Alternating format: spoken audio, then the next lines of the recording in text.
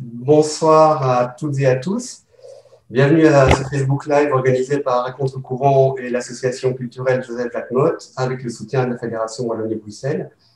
Ce soir, nous allons traiter de dossiers Publifin, Netis et Nodia qui empoisonnent la vie politique wallonne depuis plusieurs années maintenant. Dans la première partie, nous dresserons un bref historique du dossier et nous ferons le point sur les derniers développements de l'affaire. Ensuite, nous étudierons des pistes de solutions pour assainir les outils d'initiative industrielle wallonne et pour éviter que de telles dérives se reproduisent à l'avenir. Nos invités ce soir sont David Leloup et Pierre Eben. David, tu es journaliste d'investigation, notamment pour Le Vif et Médor. Nous te devons, ces dernières années, plusieurs révélations essentielles dans ce dossier. Pierre, tu sièges pour le groupe Vert Ardent au Conseil communal de Liège, où tu dénonces régulièrement les dérives observées dans plusieurs intercommunales et le détournement de leur objet initial. Je précise pour le public que vous pouvez poser vos questions, qu'elles sont évidemment les bienvenues, dans le fil de la discussion sur le Facebook Live. Et parmi nous également, nous avons le plaisir d'accueillir Bérénice Gillot, qui est animatrice et productrice sur Radio Prima, qui agrémentera la soirée par des lectures de textes en lien avec le thème du jour. D'ailleurs, Bérénice, je te laisse le soin d'inaugurer la séance avec une première lecture. C'est à toi. Aujourd'hui, les partis sont surtout des machines de pouvoir et de clientèle, faibles connaissances et mystificatrices des problèmes de la société, des citoyens, idéaux, ainsi que des programmes réduits, vagues, sentiments et passions civiles, zéro. Ils gèrent des intérêts les plus disparates, les plus contradictoires, parfois même louches, et de toute manière sans aucun rapport avec les besoins, les exigences émergentes, tout en les déformant sans poursuivre le bien commun. Leurs structures elles-mêmes sont désormais conformes à ce modèle et ne sont plus des organisations du peuple. Ce sont plutôt des fédérations de courants, des camarillas, chacune avec un boss et des sous-boss. Sans démanteler cette machine politique, tout assainissement économique, toute réforme sociale, toute avancée morale et politique sera condamné d'avance. Enrico Berlinguer, La questione morale, la storica intervista di Eugenio Scalfari. Voilà, bonsoir à vous. Merci Bérénice. David, pour entrer dans le vif du sujet, est-ce que tu aurais l'amabilité de nous dresser un bref historique des prémices de l'affaire Publifin depuis décembre 2016 jusqu'au décret gouvernance, en esquissant peut-être également l'organigramme de toute la nébuleuse autour de Stéphane Moreau? Oui, très rapidement, hein, pour ceux qui n'ont pas suivi ces événements ici à Liège, il faut rappeler une chose, c'est que Stéphane Moreau est arrivé à l'Association liégeoise d'électricité en 2005, hein, dont il a pris les rênes avec André Gilles, et ils ont développé un projet. Ils ont profité, si vous voulez, de l'obligation européenne de la libéralisation du marché de l'électricité, enfin de l'énergie au sens large, pour consolider un groupe. Et donc, en fait, ce groupe s'est appelé dans un premier temps Tecteo. Donc, hein, l'intercommunal ALE est devenu Tecteo en 2007. Ensuite, Tecteo a engendré Netis en 2012 et donc Reza, hein, qui est en fait la vache à lait du groupe, puisque ce sont toutes les factures de distribution d'électricité, d'énergie en région liégeoise, en province liégeoise, qui alimentent les caisses. Reza est devenu une filiale de Netis. Et c'est-à-dire que les bénéfices de Reza remontaient vers Netis et Netis pouvait ensuite investir ces bénéfices, par exemple, dans vous ou dans des projets concurrentiels qui nécessitaient beaucoup de cash au départ pour pouvoir les lancer. Et donc, si je reviens un petit peu dans le passé, c'est pour dire ceci, c'est qu'en 2013, en fait, le conseil d'administration de Netis a décidé de créer 3 comités de secteur pour caser une trentaine d'élus. C'est des élus essentiellement communaux ou provinciaux qui siégeaient en fait dans ces comités de secteur pour pratiquement ne rien faire. En gros, ils assistaient à des présentations PowerPoint. Essentiellement, c'est ça. Ça dépend des comités, mais dans la plupart, c'est comme ça que ça s'est passé. Ils n'avaient strictement aucun pouvoir décisionnel. On ne leur demandait pas vraiment leur avis, ou éventuellement ils pouvaient le donner, mais l'information ne remontait pas. Et donc, en fait, ces espèces de comités fictifs où les gens étaient relativement bien rémunérés, hein. Si on compte, c'est Cédric Alain qui avait fait ce calcul, et évidemment, le chiffre avait fait mouche. Certains qui n'assistaient pas aux réunions percevaient quand même leur salaire mensuel, et certains ont pu gagner jusqu'à 500 € la minute. Voilà. Alors, ces comités de secteur, c'est le début du scandale Publifin. Hein, on est le 22 décembre 2016. On publie sur le site web du VIF l'existence de ces comités de secteur, les montants que touchent leurs membres et la nature même des réunions. Et donc, effectivement, bon, il y a Noël qui se passe, c'est les vacances. Et puis progressivement, la justice s'en mêle, ouvre une information judiciaire après 4-5 jours. Et en janvier, là, le scandale éclate réellement après les fêtes. Et bon, ça a conduit à l'éviction de Stéphane Moreau du Parti socialiste. Je pense que c'était en mars. Il y a eu cette commission d'enquête parlementaire au Parlement wallon, la commission Publifin, qui s'est mise en place. Au départ, c'était une commission spéciale sans pouvoir particulier, mais André Gilles, visiblement, a fait une erreur de communication, et bon, il a dit qu'il était là par son bon vouloir. Je pense que c'était l'expression qu'il a utilisée, et ça a braqué en fait les députés qui ont changer le statut de cette commission pour en faire une véritable commission d'enquête parlementaire. Ok. Les travaux de la commission ont débouché sur le décret gouvernance qui fixe quelques règles, notamment l'interdiction de cumuler certains mandats, la fixation des montants de jetons de présence et la limitation à 245 000 € du salaire du dirigeant d'intercommunal. Est-ce que tu as un mot à dire là-dessus par rapport au décret gouvernance et à ses effets?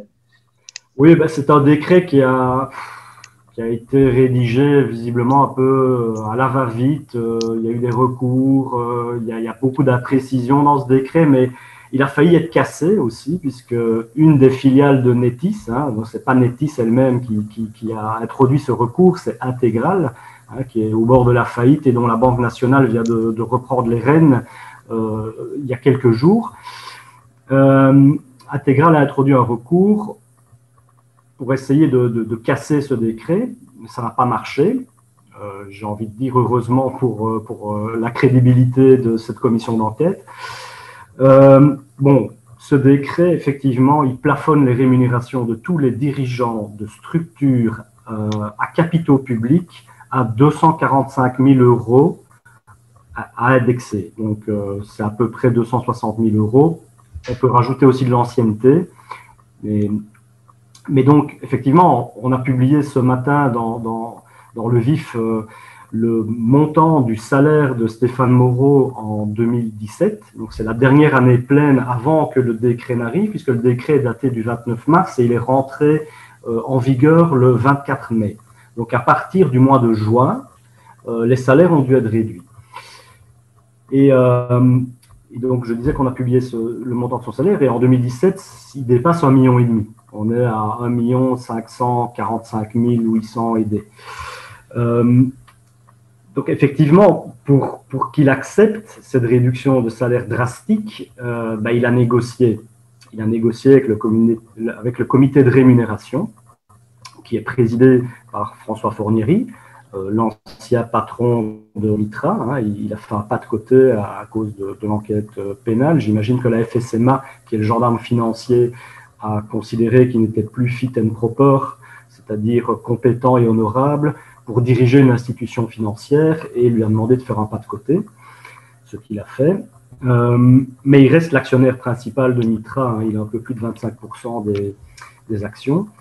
Et donc, François Fornieri, président du comité de rémunération de Netis, flanqué de Pierre Meyers, qui était à l'époque le président du conseil d'administration de Netis, et un troisième qui est Jacques Tison, qui est historiquement un réviseur d'entreprise, qui a été très critique sur les comptes de Geofund en 2010, et qui s'est fait engager en fait par le groupe Netis. Donc, il a quitté, je pense que c'est un grand bureau de révisorat, c'est PwC, je pense. Et donc, il a quitté PwC pour se faire embaucher par Netis, et il s'est même retrouvé au conseil d'administration.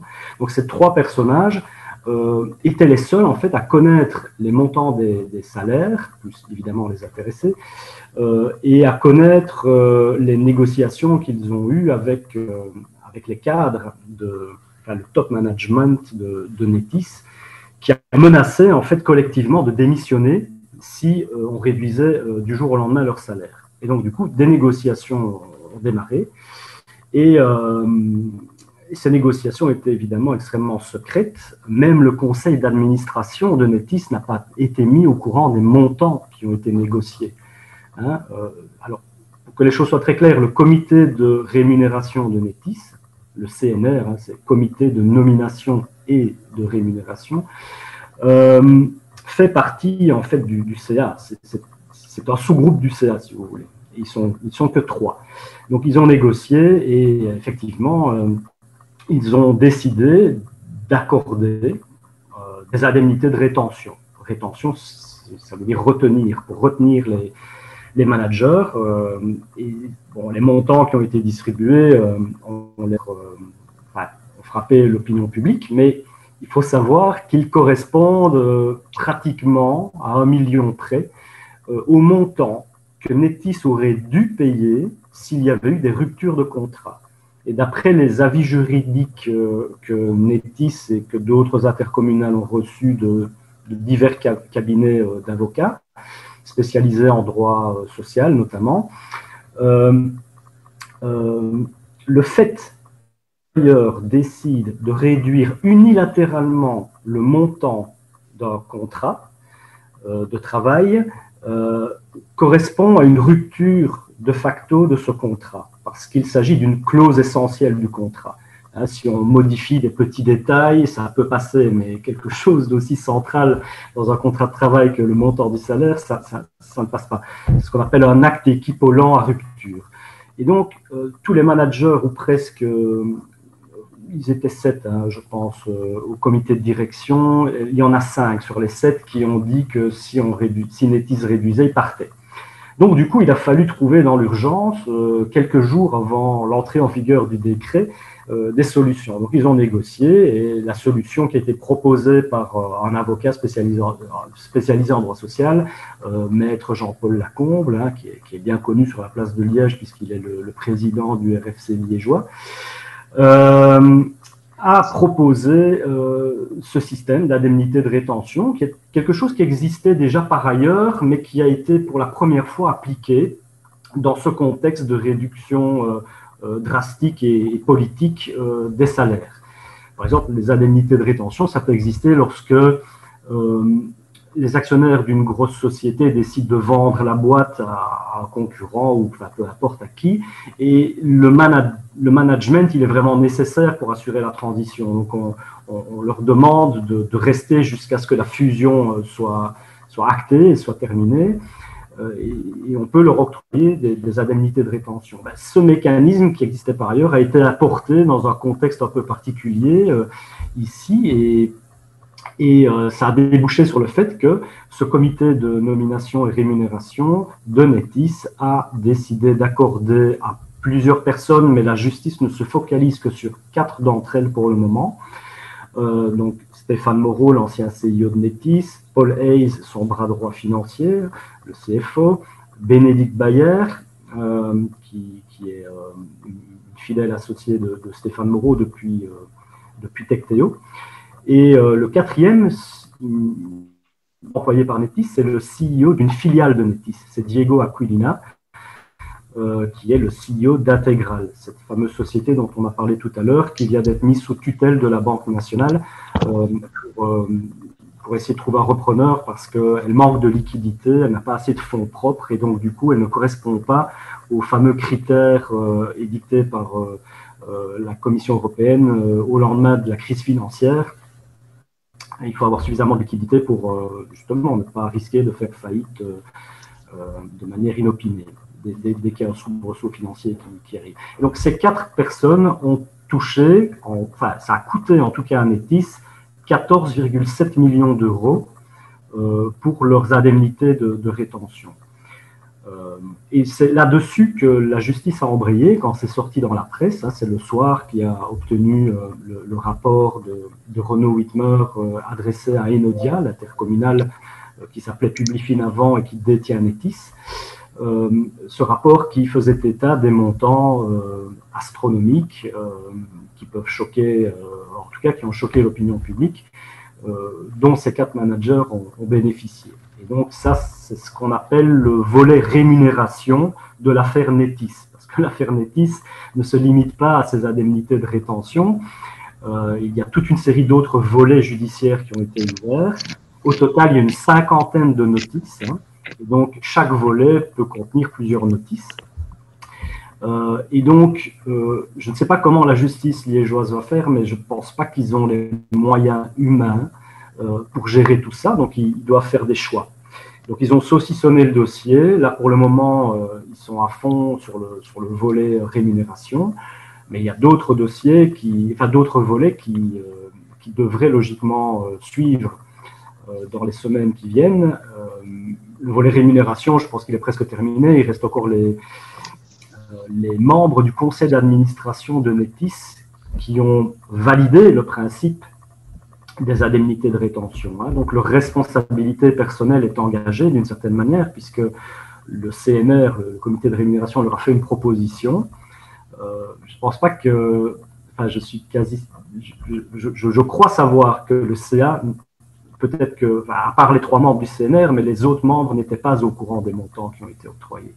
Ils ont donné leur feu vert et leur aval sur le principe d'accorder, de négocier et d'accorder des indemnités de rétention. Mais les montants, ils n'étaient pas au courant visiblement. Ils auraient pu les connaître. Il suffisait de le demander. Ils auraient pu consulter le tableau, un tableau qui tient sur une feuille A4 et qui reprend par colonne pour chacun des managers les différents scénarios envisagés par les avocats et par le CNR. Ils auraient pu consulter ce tableau sur lequel les montants octroyés figurent noir sur blanc. Ils n'ont pas fait, je trouve ça assez curieux. Mais donc voilà, une fois qu'ils auront été auditionnés, je pense que l'enquête sera pratiquement bouclée et que d'autres volets pourront être investigués. D'accord. Il faut bien préciser à ce stade-ci que les indemnités de rétention ont été décidées, je pense, 2 jours avant l'entrée en vigueur des décrets gouvernance. Oui. Alors même que François Formery était entré au conseil d'administration de Nethys et donc au CNR, a priori, enfin, chuchote-t-on sur demande de Jean-Claude Marcourt pour sortir Stéphane Moreau discrètement de la structure, suivant cela la recommandation de la commission parlementaire. Or, ici, c'est tout l'inverse qui s'est passé pour des montants absolument astronomiques. Oui, effectivement, oui, c'est important à souligner. Une des recommandations de la commission d'enquête parlementaire Publifin était de dégager, entre guillemets, le management de Nethys, donc Stéphane Moreau, Paul Hayes, Bénédicte Bayer et les autres. Ça, c'était explicitement demandé noir sur blanc. Et 1 an et demi plus tard, ils sont toujours là. Et au lieu de les congédier, de les remercier, on leur octroie des indemnités de rétention pour qu'ils restent encore plus longtemps. C'est tout le paradoxe de cette commission d'enquête Publifin, j'ai envie de dire. Et ce volet est accouplé à celui de la vente des filiales, donc Elisio, Win et vous. Vous, c'est encore un cas à part, mais en tout cas, dans les cas d'Elicio et de Win, les rôles croisés finalement de Forneri et de Moreau sont quand même à souligner.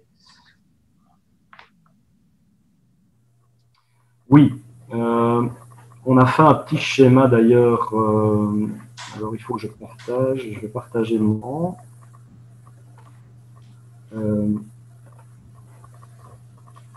L'animateur a désactivé le partage d'écran par les participants. Ah bon.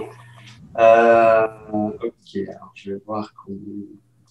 Mais sinon. Voilà, peut-être que ça marche maintenant. Oui, ça marche. Donc du coup.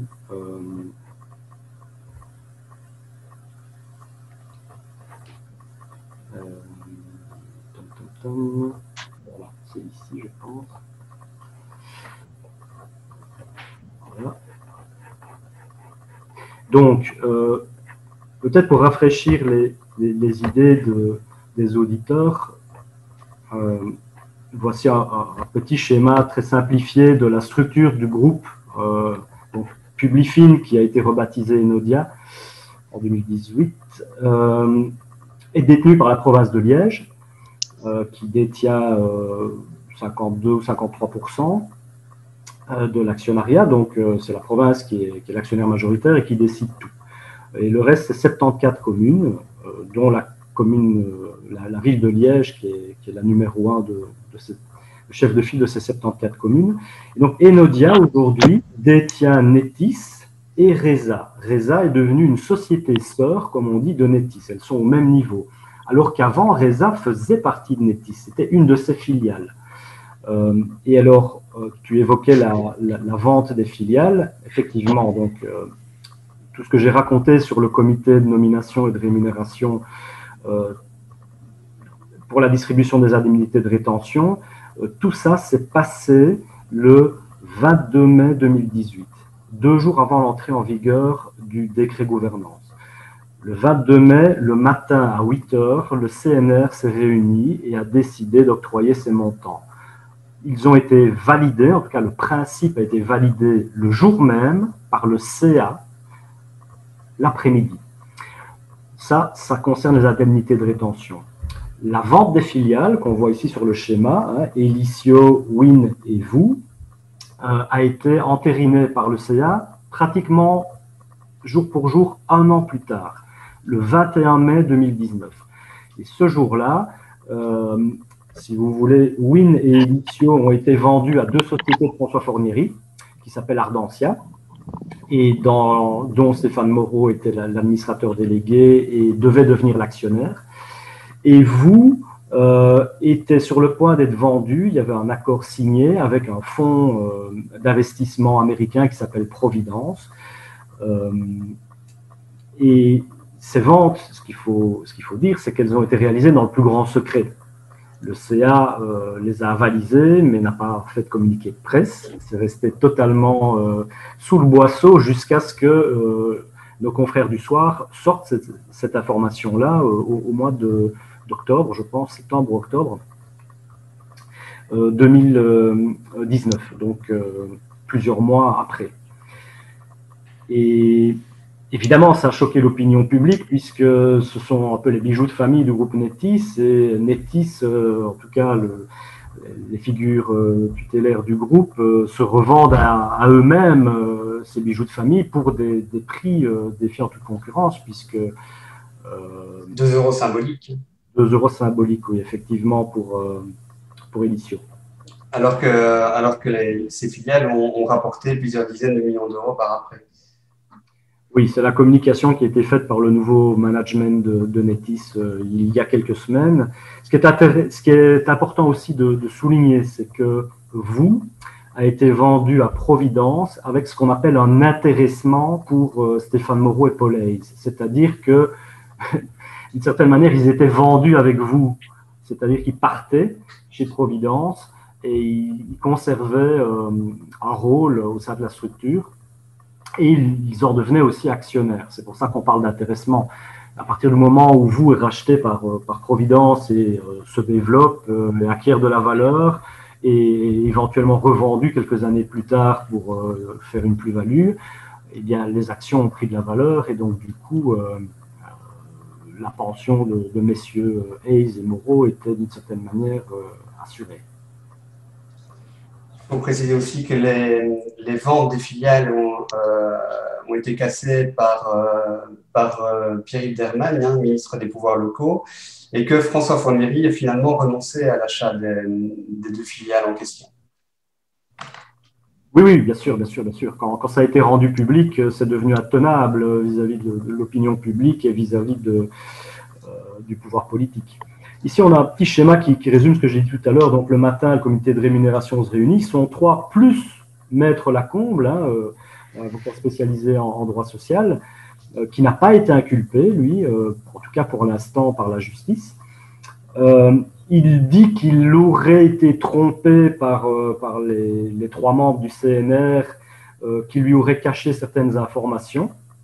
En tout cas, c'est ce qu'il dit pour se défendre. Et c'est ce qui permet aujourd'hui à la justice de penser qu'il y a une certaine forme de malhonnêteté intellectuelle en ne donnant pas tous les éléments à l'avocat qu'on utilise comme parapluie, parce que c'est lui qui a fait la proposition des indemnités de rétention, c'est lui qui en porte la responsabilité morale. Et donc voilà, il va falloir que la justice éclaircisse son rôle exact et surtout ce qu'il savait. Et si ce qu'on lui a caché, si c'est avéré, parce que c'est ce que lui dit, si ce qu'on lui a caché a eu un impact sur la distribution des indemnités de rétention, sur les montants par exemple.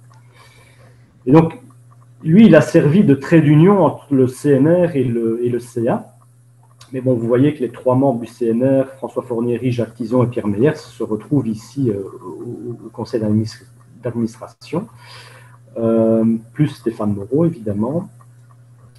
Et alors, ça, ce sont les membres qui, sur des documents, avaient reçu des indemnités de rétention. Il y a aussi Jos Donville, mais il a remboursé. Frédéric Van de Score, on lui avait prévu quelque chose, mais finalement, ça n'a jamais été payé, il n'a rien perçu. Et donc, la justice se focalise sur ces 4-6, Stéphane Moreau, Bénédicte Bayer, vous voyez les montants, Paul Hayes et Diego Aculi. Et donc, pour terminer sur, on va appeler ça l'aléa morale, j'ai fait un petit schéma pour essayer d'expliquer en fait les retours d'ascenseur ou les renvois d'ascenseur que Stéphane Moreau et François Fornery se sont envoyés ces dernières années. J'ai appelé ça donner pour recevoir parce que je pense que c'est la clé de compréhension qui permet de comprendre pourquoi ces indemnités de rétention ont été octroyées. Il faut savoir qu'en 2014, le patron de Mitra, François Fornery, était à la tête de Mitra, mais Mitra était dans des difficultés financières. C'est-à-dire qu'elle manquait de liquidité, plus assez de trésorerie en caisse pour payer les salaires. Et donc, en interne, ils ont consulté un avocat pour lancer une procédure de réorganisation judiciaire, ce qui est en fait l'antichambre de la faillite. Il faut savoir que Jean-Claude Marcourt, à l'époque, était ministre de l'économie en région wallonne. C'était un des hommes politiques les plus puissants de Wallonie. Et il avait soutenu à bout de bras Mitra depuis qu'il était en poste. Il en avait même fait un peu son cheval de bataille. C'était la spin-off de l'Université de Liège qui va rentrer en bourse, qui développe des médicaments exceptionnels. Il faut savoir qu'à l'heure actuelle, Mitra n'a pas encore mis un seul médicament sur le marché qu'elle aurait développé elle-même. C'est en cours, c'est la fameuse pilule Estelle, basée sur l'estétrol, qui aurait des propriétés et des vertus exceptionnelles.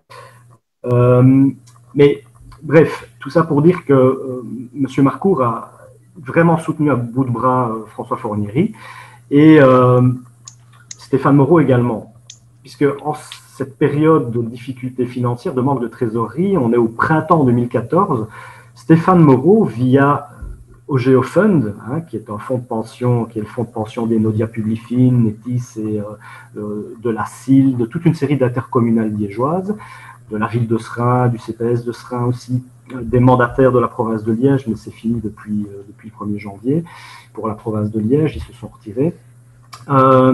C'est une espèce de banque, en fait, une banque à sa disposition.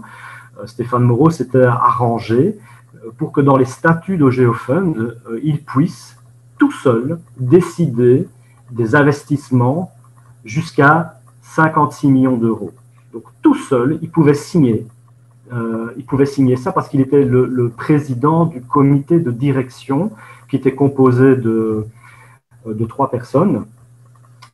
Et puis de 2 personnes, parce que Marc Beyens en 2014 a dû faire un pas de côté. La FSMA a demandé sa tête parce qu'il était cité dans des affaires judiciaires et bon, il a pris la responsabilité sur sa tête des faits qui lui étaient reprochés. Donc il a dû faire un pas de côté. Donc tout ça pour dire que Stéphane Moreau s'est retrouvé avec Emmanuel Lejeune, le deuxième directeur de Geofund, et à eux deux, s'ils n'étaient pas d'accord pour un investissement, ben, le président, sa voix comptait double, si vous voulez. Donc ça voulait dire que, in fine, si Stéphane Moreau voulait décider d'investir 50 millions dans un projet, il pouvait décider ça tout seul. Et c'était légal puisque c'était dans les statuts de Geofund. Je ne comprends pas d'ailleurs comment les administrateurs de l'époque ont laissé passer ça et n'ont pas rectifié, mais c'est une autre question. Et donc, en 2014, pour sauver Mitra de cette antichambre de la faillite, elle était sur le pas de la porte, Geofund a investi 10 millions d'euros dans Mitra. Il faut savoir également que quand l'affaire Publifin a éclaté en 2017, quand la commission d'enquête parlementaire s'est mise en place en février, une grosse partie du conseil d'administration de Neptis a démissionné, puisqu'ils avaient une lourde responsabilité dans la mise en place de ces comités de secteur, et donc ce n'était plus tenable de rester. Donc qu'est-ce qui s'est passé? Il a fallu renouveler ce conseil d'administration, et là, Stéphane Moreau est allé rechercher François Forniery, auquel il avait octroyé 3 ans plus tôt 10 millions d'euros, pas lui personnellement, à Mitra, que les choses soient très claires, mais bref, il lui avait rendu un sacré service, et donc François Forniery a reçu le mandat d'administrateur de Neptis, mais aussi, et là c'est très important, celui de président du fameux CNR, le comité de nomination et de rémunération. Et donc à l'époque, j'avais d'ailleurs fait un petit papier dans le vif, un quart de page, pour dire qu'il était probablement peu probable que François Forniery, en tant que président du comité de rémunération, ne diminue les salaires en vigueur chez Neptis. Et d'autant plus que lui, à l'époque, gagnait 805 000 euros chez Mitra. Et effectivement, ça s'est vérifié, les salaires n'ont pas changé. Quand ça a été rendu obligatoire par le décret gouvernance, on a octroyé ces fameuses indemnités de rétention. Donc voilà, il a reçu un mandat en 2017. Donc on peut penser que ces indemnités de rétention, qui ont lieu 1 an plus tard, le 22 mai 2018, pourraient être une forme de renvoi d'ascenseur de sa part envers Stéphane Moreau pour l'avoir aidé à sauver Mitra d'une possible faillite. Il faut aussi garder ça en tête parce que Stéphane Moreau, en 2019, donc 1 an plus tard, à lui c'est l'ensemble du CA, mais on sait bien qui avait la voix prépondérante et qui tenait le CA, entre guillemets, c'est clairement M. Moreau. En 2019, les fameuses filiales de Neptis, Win et Elicio, ont été vendues Win, c'est de l'ordre de 7 millions d'euros, alors qu'elle était estimée à une trentaine de millions d'euros et qu'il y avait une offre d'un concurrent, NRB, je pense que c'était de l'ordre de 27 millions d'euros. C'était un peu moins de 30 millions. Malgré cette offre qui n'a pas été considérée, on a revendu Win à 7 millions à François Forniery et on lui a vendu Elicio pour ces fameux 2 euros symboliques. Voilà, c'est peut-être aussi un renvoi d'ascenseur. 1 an plus tôt, on distribue des indemnités de rétention et 1 an plus tard, on cède des filiales à des prix défiant toute concurrence, dans le plus grand des secrets, à cette même personne qui a octroyé les indemnités de rétention. Voilà, on peut imaginer que c'est aussi un renvoi d'ascenseur. et qui vont dans les deux sens, puisque François Fornieri, dans le cadre de ses ventes de filiales, enfin de ses achats dans son chef, a donné des mandats à Stéphane Moreau, qui était l'administrateur délégué des deux sociétés, Ardentia et Ardentia Tech, qui ont chacune racheté chacune des deux filiales. Très bien, merci. Pierre, tu voulais peut-être intervenir sur le volet politique en parallèle, le niveau Litanie. Oui, vous m'entendez? Oui. Super. Ben oui, c'est assez rigolo parce que nous, on a vu ça du point de vue du Conseil communal de Liège et je voulais donner 3 dates parce qu'on a eu 3 moments comme ça qui sont en parallèle des informations qui ont été révélées par la presse pour montrer à quel point il a vraiment fallu pousser très très fort pour que le Conseil communal de Liège puisse avancer. Donc, la première date, c'est le 7 septembre 2019. Donc, ça veut dire on était déjà pratiquement 1000 jours, si je ne dis pas de bêtises, après le début du scandale, et donc déjà très longtemps après les recommandations de la commission. Et on a eu ce qu'on appelle une commission générale, donc c'est une sorte de réunion spécifique des élus sur cette question.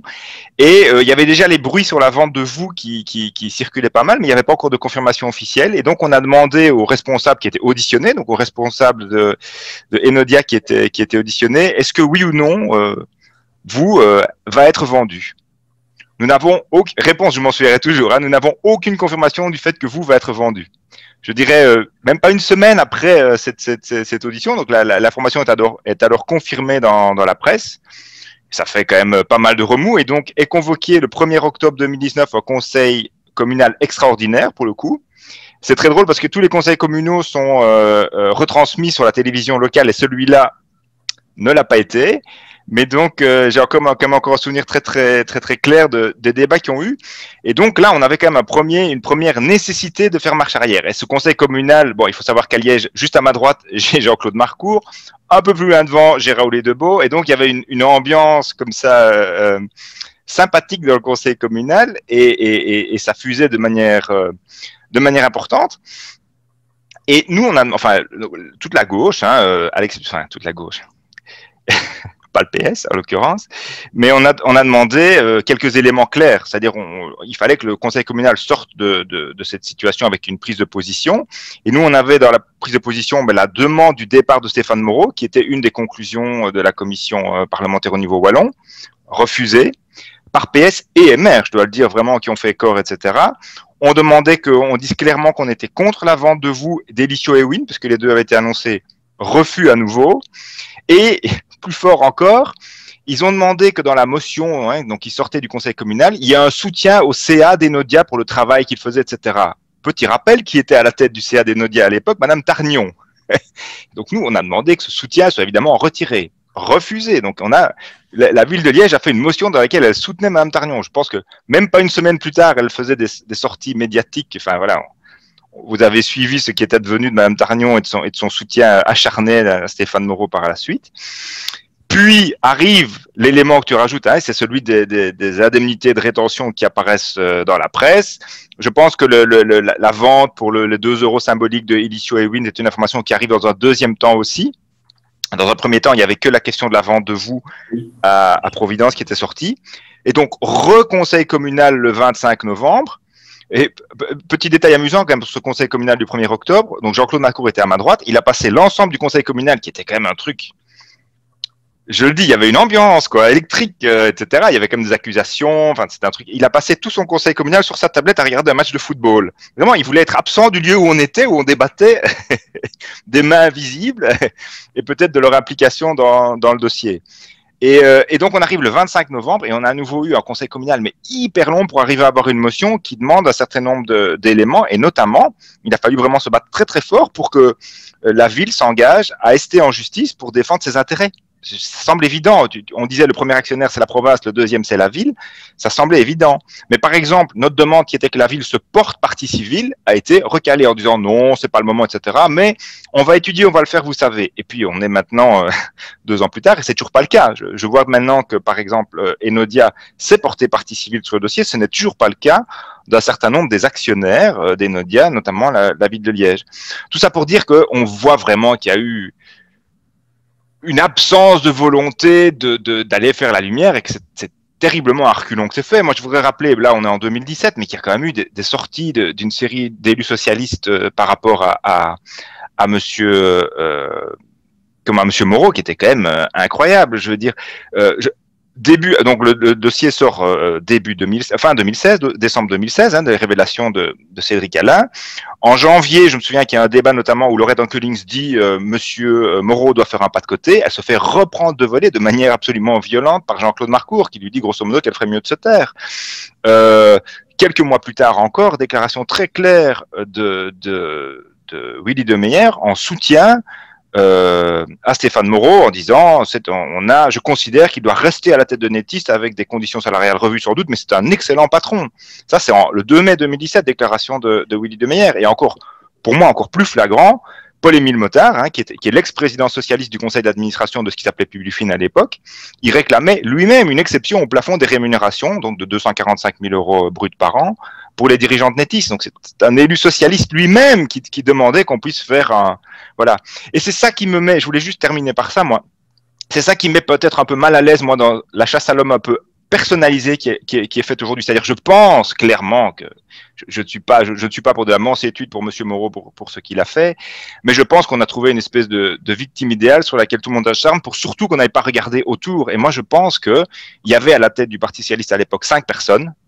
Il y en a 2,5, on va dire, avec monsieur Matteau qui ont payé pour ce qu'elles ont fait, monsieur Gilles, monsieur Moreau, etc. Mais et Willy de Meyer et Jean-Claude Marcourt étaient évidemment au courant d'une série des décisions qui ont été prises. Alors, à quel degré? Ça, il faut faire un travail pour le faire, mais dire qu'ils ont totalement été étrangers à ça, c'est pas vrai. Ils ont soutenu très longtemps ouvertement, et quand ça est devenu impossible de continuer à soutenir monsieur Moreau, ils ont fait quand même et ils continuent à faire une espèce d'effort pour que ça avance le moins vite possible. C'est ça que je voulais vous dire avec cet exemple des 3 conseils communaux qu'on a connus. Et donc, il y a 2 choses, je pense, qu'on doit éviter. C'est un côté les politiques tous pourris, je déteste ça, et je veux quand même rappeler un élément, c'est un élu, c'est monsieur Alain qui met en lumière ce qui se passe ici, il faut quand même le dire aussi. Donc des dysfonctionnements d'élus sont mis en lumière par un autre élu, et donc c'est pas tous les élus qui sont pourris, c'est certains qui ont dysfonctionné. Et deuxièmement, dans les gens qui sont au cœur du dossier ici et qui ont manifestement eu on verra, présomption d'innocence sans doute encore un peu, mais qui ont manifestement eu des fonctionnements répréhensibles d'un point de vue judiciaire, il y a certes quelques élus, mais il y a aussi des gens, monsieur Fornieri et d'autres, qui sont des hommes d'affaires. Et donc le débat n'est pas les élus pourris. Le débat, c'est des personnes qui n'ont pas de contre-pouvoir dans l'exercice de leurs fonctions, qui partent dans des dérives absolues en termes de concentration des pouvoirs et, pour un certain nombre d'entre eux, de volonté de s'enrichir au-delà du raisonnable. Voilà, c'est ce que je voulais ajouter. Et je trouvais que le parallèle entre les révélations d'un côté journalistique et de l'autre, comment on a vu ça, nous, comme élus locaux dans la commune, et comment on a vu notre commune ne pas aller défendre ses droits, en fait, parce que les communes, les actionnaires avaient tout à fait la possibilité d'agir de manière beaucoup plus vive et beaucoup plus tôt, voilà, que ce qu'elles n'ont fait. Merci Pierre. Et au niveau de la chronologie des événements, une petite précision quand même au niveau politique. En décembre, Pierre-Yves Dermagne a annulé les indemnités de Stéphane Moreau et de tout l'ex-management. Alors, on peut s'interroger peut-être sur la solidité de la décision et ça nous fait entrer peut-être dans le volet judiciaire de l'affaire avec les perquisitions chez Jean-Claude Marcourt et dans ses bureaux du Parlement wallon et les inculpations de Fornieri, Moreau et d'autres. Peut-être David, un mot là-dessus.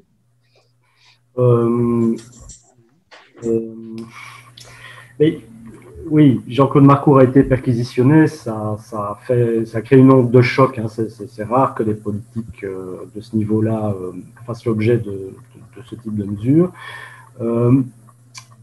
Je me suis procuré en fait l'ordonnance de perquisition et dans le texte, il est clairement expliqué pourquoi la justice suspecte qu'il savait en fait. Évidemment, une ordonnance de perquisition, c'est un document qui dit le minimum pour justifier la perquisition, mais qui essaie de garder un maximum de cartes. Donc, les vrais éléments, on ne les connaît pas. Mais visiblement, Il y a beaucoup de smartphones qui ont été saisis avec des échanges de SMS, etc., qui pourraient laisser penser que M. Marcourt aurait été tenu au courant quasi en temps réel des négociations du CNR avec les ex-managers. Et donc, du coup, voilà, il a fait l'objet d'une perquisition pour essayer de vérifier et recouper ces indices à la disposition de la justice. Et alors, ce serait peut-être bien aussi de rappeler que dans cette affaire, donc dans le volet rémunération de l'affaire Métis, pour le moment, il y a 7 inculpés. Ce sont les gens que j'ai montrés sur le schéma tout à l'heure, mais pas le schéma est constitué de 3 modules. Le module central, c'est le CA. À gauche, c'est le CNR qui a pris les décisions d'attribuer les indemnités de rétention. Et le 3e module, c'est les managers qui ont touché l'argent. Pour le moment, c'est le CNR et les managers qui ont été inculpés. M. Fornieri en tant que président du comité de rémunération, Pierre Meyers et Jacques Tison. Et alors, du côté des managers, c'est Stéphane Moreau, Bénédicte Bayer, Paul Hayes et Diego Aquilina, qui est en fait, donc je l'ai dit, le CEO d'Intégral, filiale de Métis. Donc, la question qui se pose, c'est est-ce que le CA va lui aussi, à un moment donné, être inculpé, soit par le juge d'instruction maintenant, pendant l'instruction, soit par le parquet dans un deuxième temps, une fois que l'instruction sera clôturée et que le dossier sera transmis au ministère public. Le parquet, c'est lui qui va tracer le réquisitoire dans lequel il va demander le renvoi en correctionnel des uns et des autres. Et c'est à ce moment-là, probablement, que les membres du CA qui ont validé les indemnités de rétention risquent d'être renvoyés. Bien, merci, merci David. Alors, on peut aussi évoquer peut-être la question, je ne sais pas si c'est le moment, mais la question des transactions pénales au bénéfice de Stéphane Moreau. On a justement une question déjà du public que je peux peut-être vous donner maintenant, qui est pour moi tout à fait pertinente et qui se soulevait dans un de tes articles. Hein. C'est de savoir avec quel argent finalement sont-elles payées, parce que si c'est de l'argent public mal acquis qui sert à payer une transaction pénale, en fin de compte, le delta est toujours positif pour le contrevenant, en fait. Et un business model imparable. Vous détournez de l'argent public, des millions, et puis on vous propose de payer une transaction qui ne correspond pas à l'intégralité de la somme que vous avez détournée.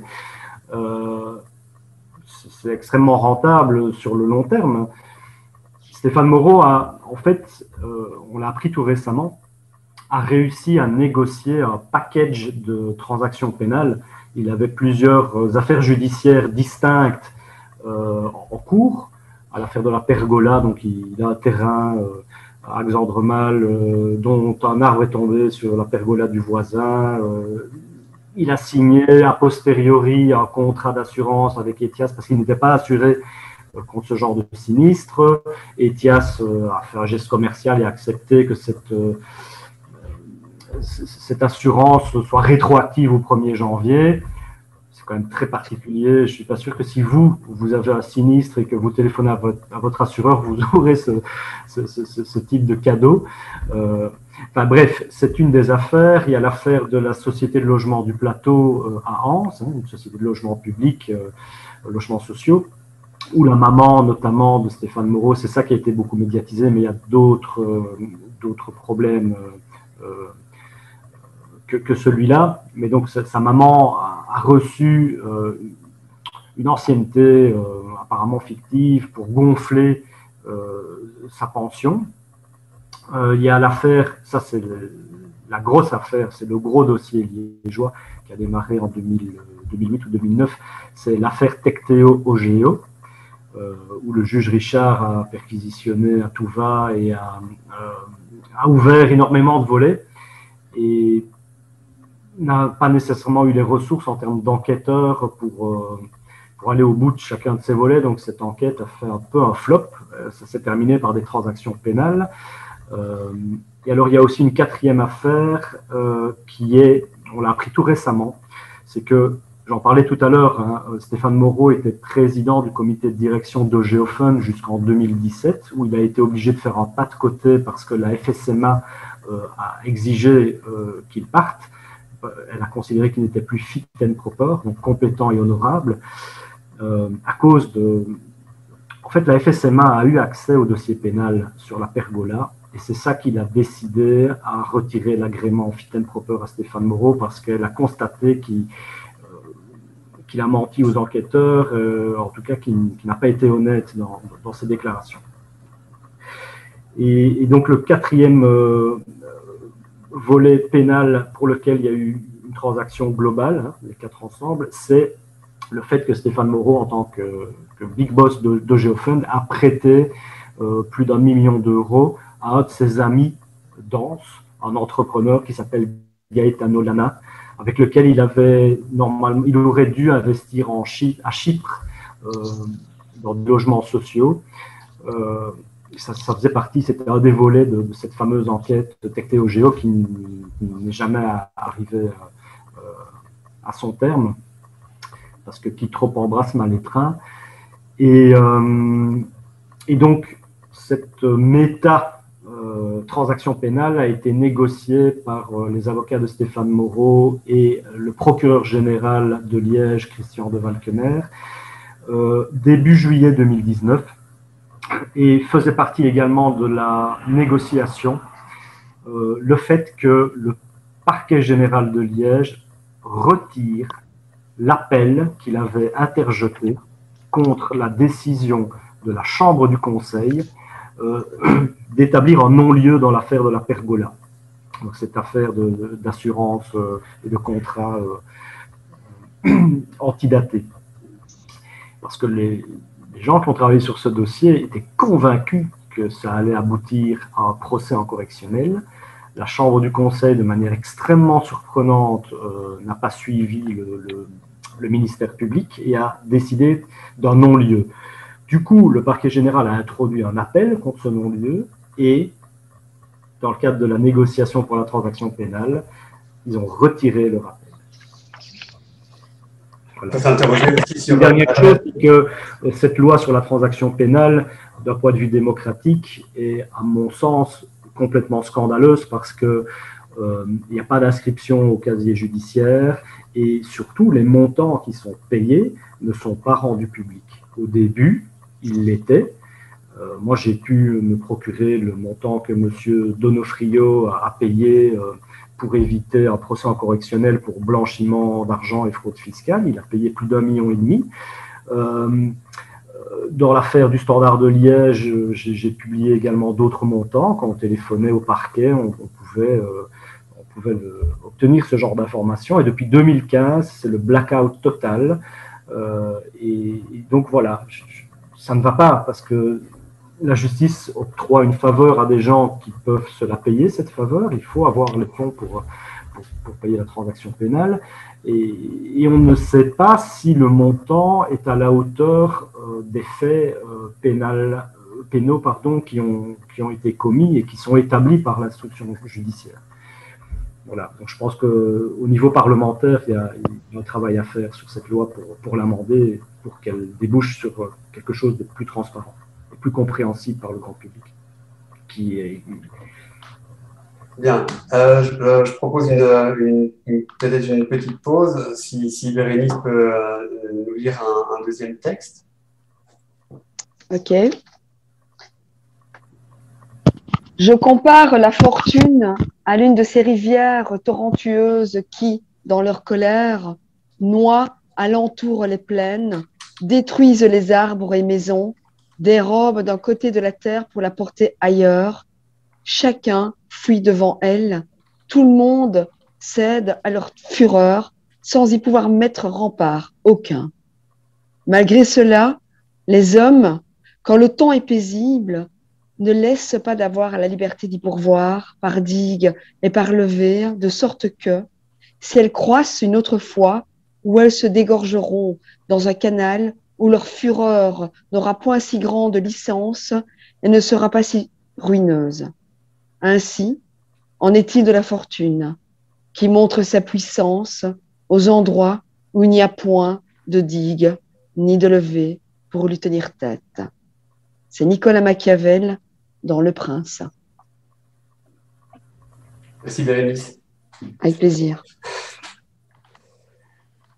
Alors ça, c'est des questions que j'ai posées autant à David qu'à Pierre. En fait, quand il n'y en a plus, il y en a encore. Donc cette histoire n'est jamais finie. On a parlé des mains invisibles, donc on va voir les suites politiques peut-être de l'affaire dans les prochains mois. On a appris récemment aussi que le conseil d'administration d'Intégral avait pris acte d'un courrier de la Banque nationale qui intervenait dans sa composition finalement, parce qu'elle a remplacé tout le CA. Vert ardent. Pardon ? C'est un putsch de la Banque nationale. C'est un putsch, ouais, on peut le dire comme ça. Alors, Vert ardent, vous avez réclamé aussi un audit antifraude à l'IGIL, qui est l'intercommunale de gestion immobilière liégeoise, sur la gestion de la société du temps où Stéphane Moreau y était administrateur.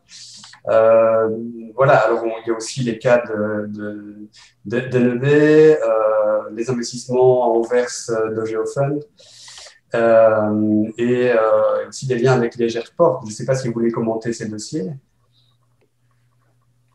Oui, je peux dire 2-3 mots. Je ne sais pas, ou David pour commencer, comme vous voulez. Vas-y, Pierre. Je t'en prie, Pierre, vas-y. Oui, donc je voulais quand même rebondir sur cette question. Là, effectivement, c'est notre actualité à Vert-Ardent. On a effectivement, par l'intermédiaire de notre administratrice au CA des Vigiles, demandé d'avoir un audit externe un peu sur le même mode que ce qui a eu lieu pour les différentes filiales de Netis.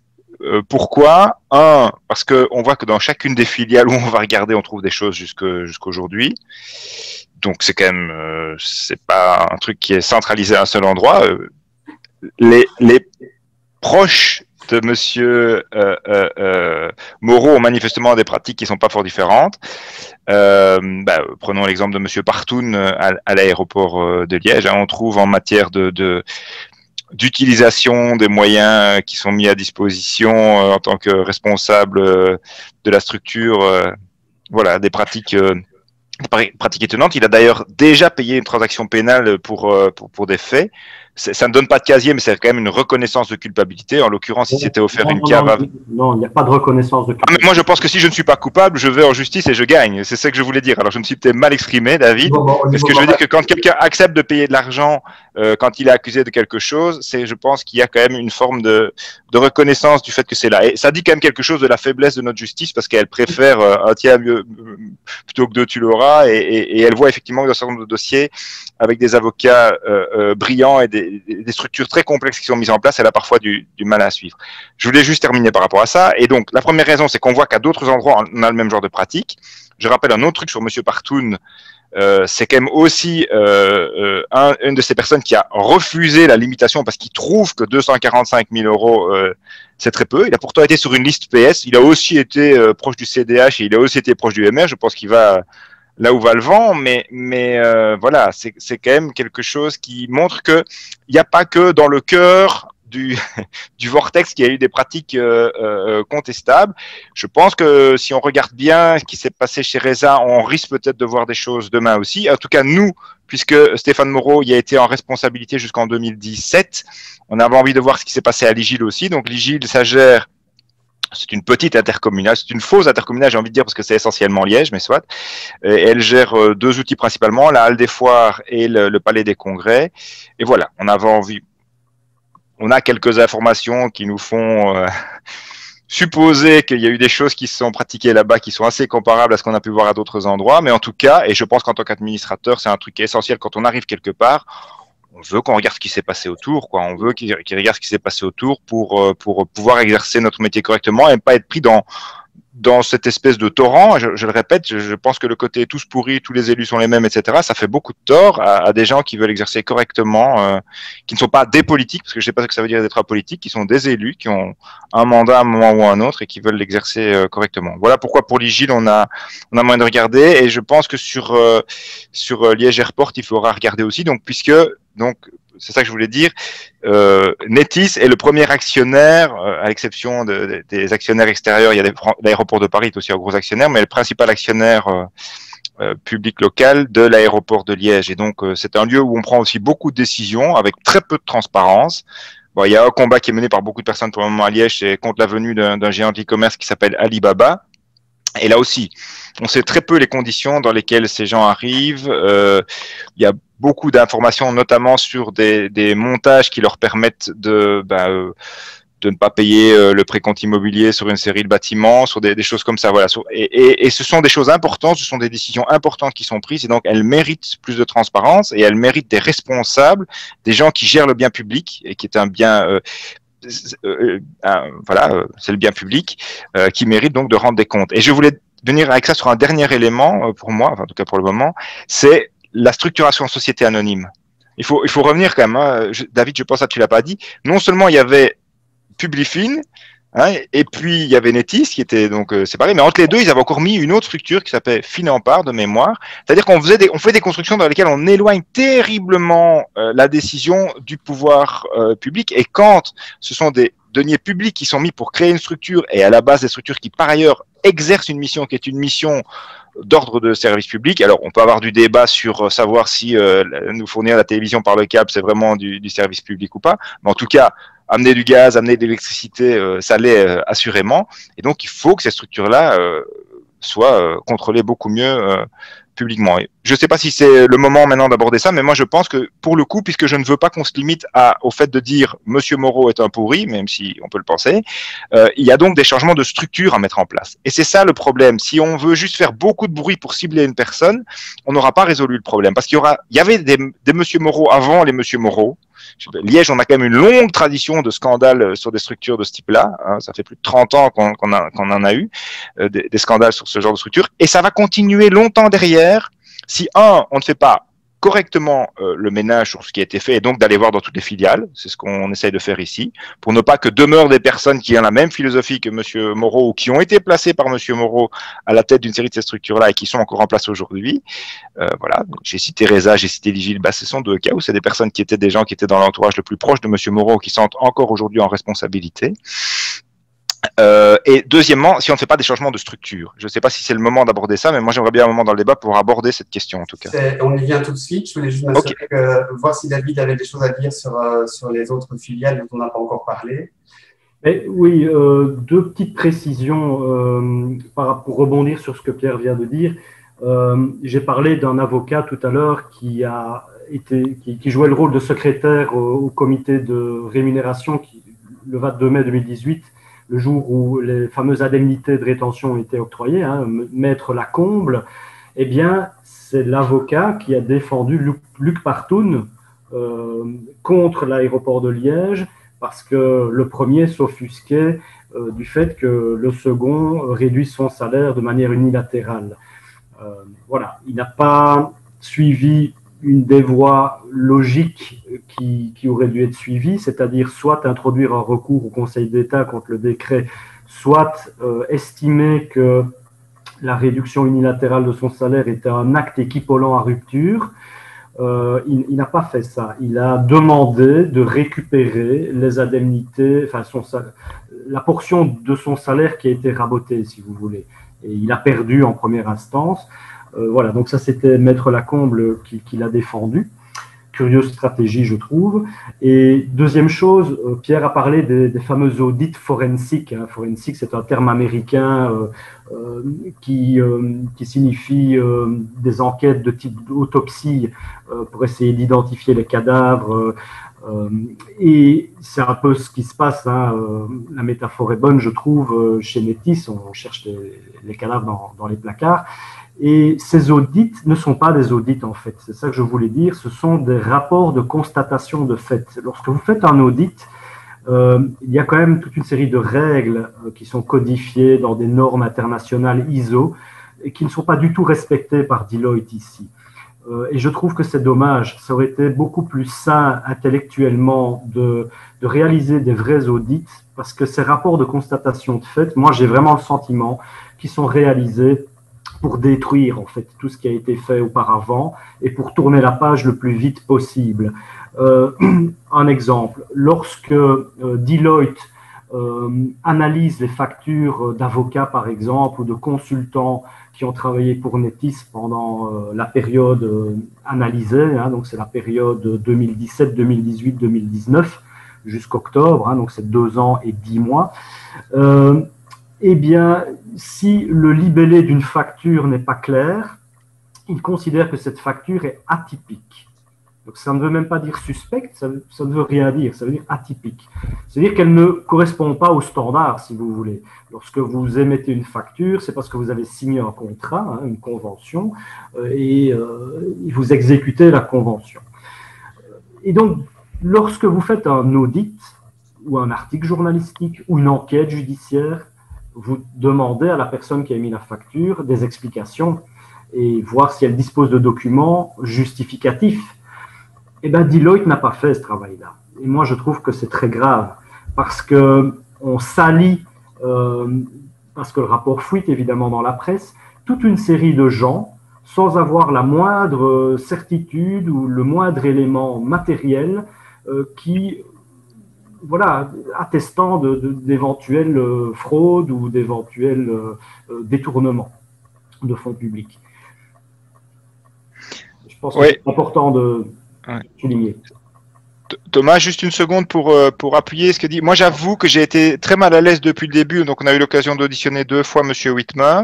Deuxième fois, c'était pour l'intégrale. C'est peut-être pour le public qui est M. Whitmer et quel est son rôle dans l'affaire. Bah, il est le nettoyeur qui a été envoyé à Netis. Je ne sais pas comment le dire autrement, mais donc il est la personne qui vient à la base d'une des structures au niveau wallon de la SOGEPA, voilà, une des structures d'investissement wallonne, et qui a été envoyé là-bas avec l'assentiment, peut-être pas du PS liégeois, mais en tout cas du PS au niveau wallon, pour faire le ménage, quoi. En gros, c'est ça. C'est OCA avec Laurent Levaux, si je pense bien. Voilà. Et il partage avec Stéphane Moreau d'avoir une maîtrise de ces questions techniques, ce qui n'est pas le cas d'une série d'élus qui sont mandatés pour être dans les CA. Voilà. Et ce que je voulais dire, c'est que moi, j'ai été assez mal à l'aise enfin, 2 choses. D'abord, je trouve qu'effectivement, je l'ai dit, et j'ai vraiment pas envie de défendre Stéphane Moreau, mais il y a un côté un peu chasse à l'homme qui, moi, me déplaît. Je pense qu'il y a des responsabilités collectives et qu'on a laissé faire. Sinon, on a utilisé cette personne quand ça, voilà, une série d'emplois fictifs, ça arrangeait bien de pouvoir recaser des camarades là, ou ça arrangeait bien que des élus locaux qui étaient un peu trop remuants puissent avoir à travers les comités de secteur des rémunérations qui les calmaient. Donc ça, c'est quand même un élément qu'il faut dire. Et personne n'a été mis dans les comités de secteur sans que les responsables des différentes communes n'aient donné leur aval. Hein. Il faut quand même dire les choses. Donc ça, c'est un truc qui m'embête. Et la deuxième, c'est que sur le fond, on a quand même un blocage. Je reviens sur ça, c'est de vendre ces structures. C'est d'essayer de les vendre. Et là, quand même, pour vous, en l'occurrence, on est toujours en train de vouloir vendre à toute force, en ce compris à Providence, dont on sait que c'est un fonds d'investissement étranger qui est très, très loin de défendre une philosophie de service public. Et donc, là, voilà, moi, il y a quelque chose qui pose quand même problème sur... on se fait bien voir en tapant sur M. Moreau, mais pendant ce temps-là, on continue à faire la même chose. Et ce qui m'embêtait, c'était évidemment qu'il y a une question d'enrichissement personnel de la part de M. Moreau en revendant des structures, mais c'était le fait de les vendre en soi. Enfin, je veux dire, il y avait un débat à avoir. Hein. Si vous perdez de l'argent parce qu'elle a une philosophie un peu grandiloquente, comme ça, où on achète des matchs de foot, etc., et qu'on claque beaucoup d'argent, et que c'est RESA qui servait, c'est-à-dire nos factures de gaz et d'électricité qui servaient à renflouer la structure, ça pose un souci. Maintenant qu'on a séparé les deux, on peut regarder, et il semble quand même bien aujourd'hui que vous ne soit plus une structure qui perde de l'argent. En tout cas, moi, avec mes petites connaissances, quand je regarde les comptes, en tout cas, ce n'est plus une structure qui perd de l'argent. Donc, pourquoi cet empressement à vouloir la vendre à toute force ? Parce qu'il faut investir énormément d'argent, c'est une des choses qui nous sont dites. Je ne crois pas qu'un fonds d'investissement vient avec comme philosophie le fait de dépenser beaucoup de trucs pour améliorer l'infrastructure au niveau local.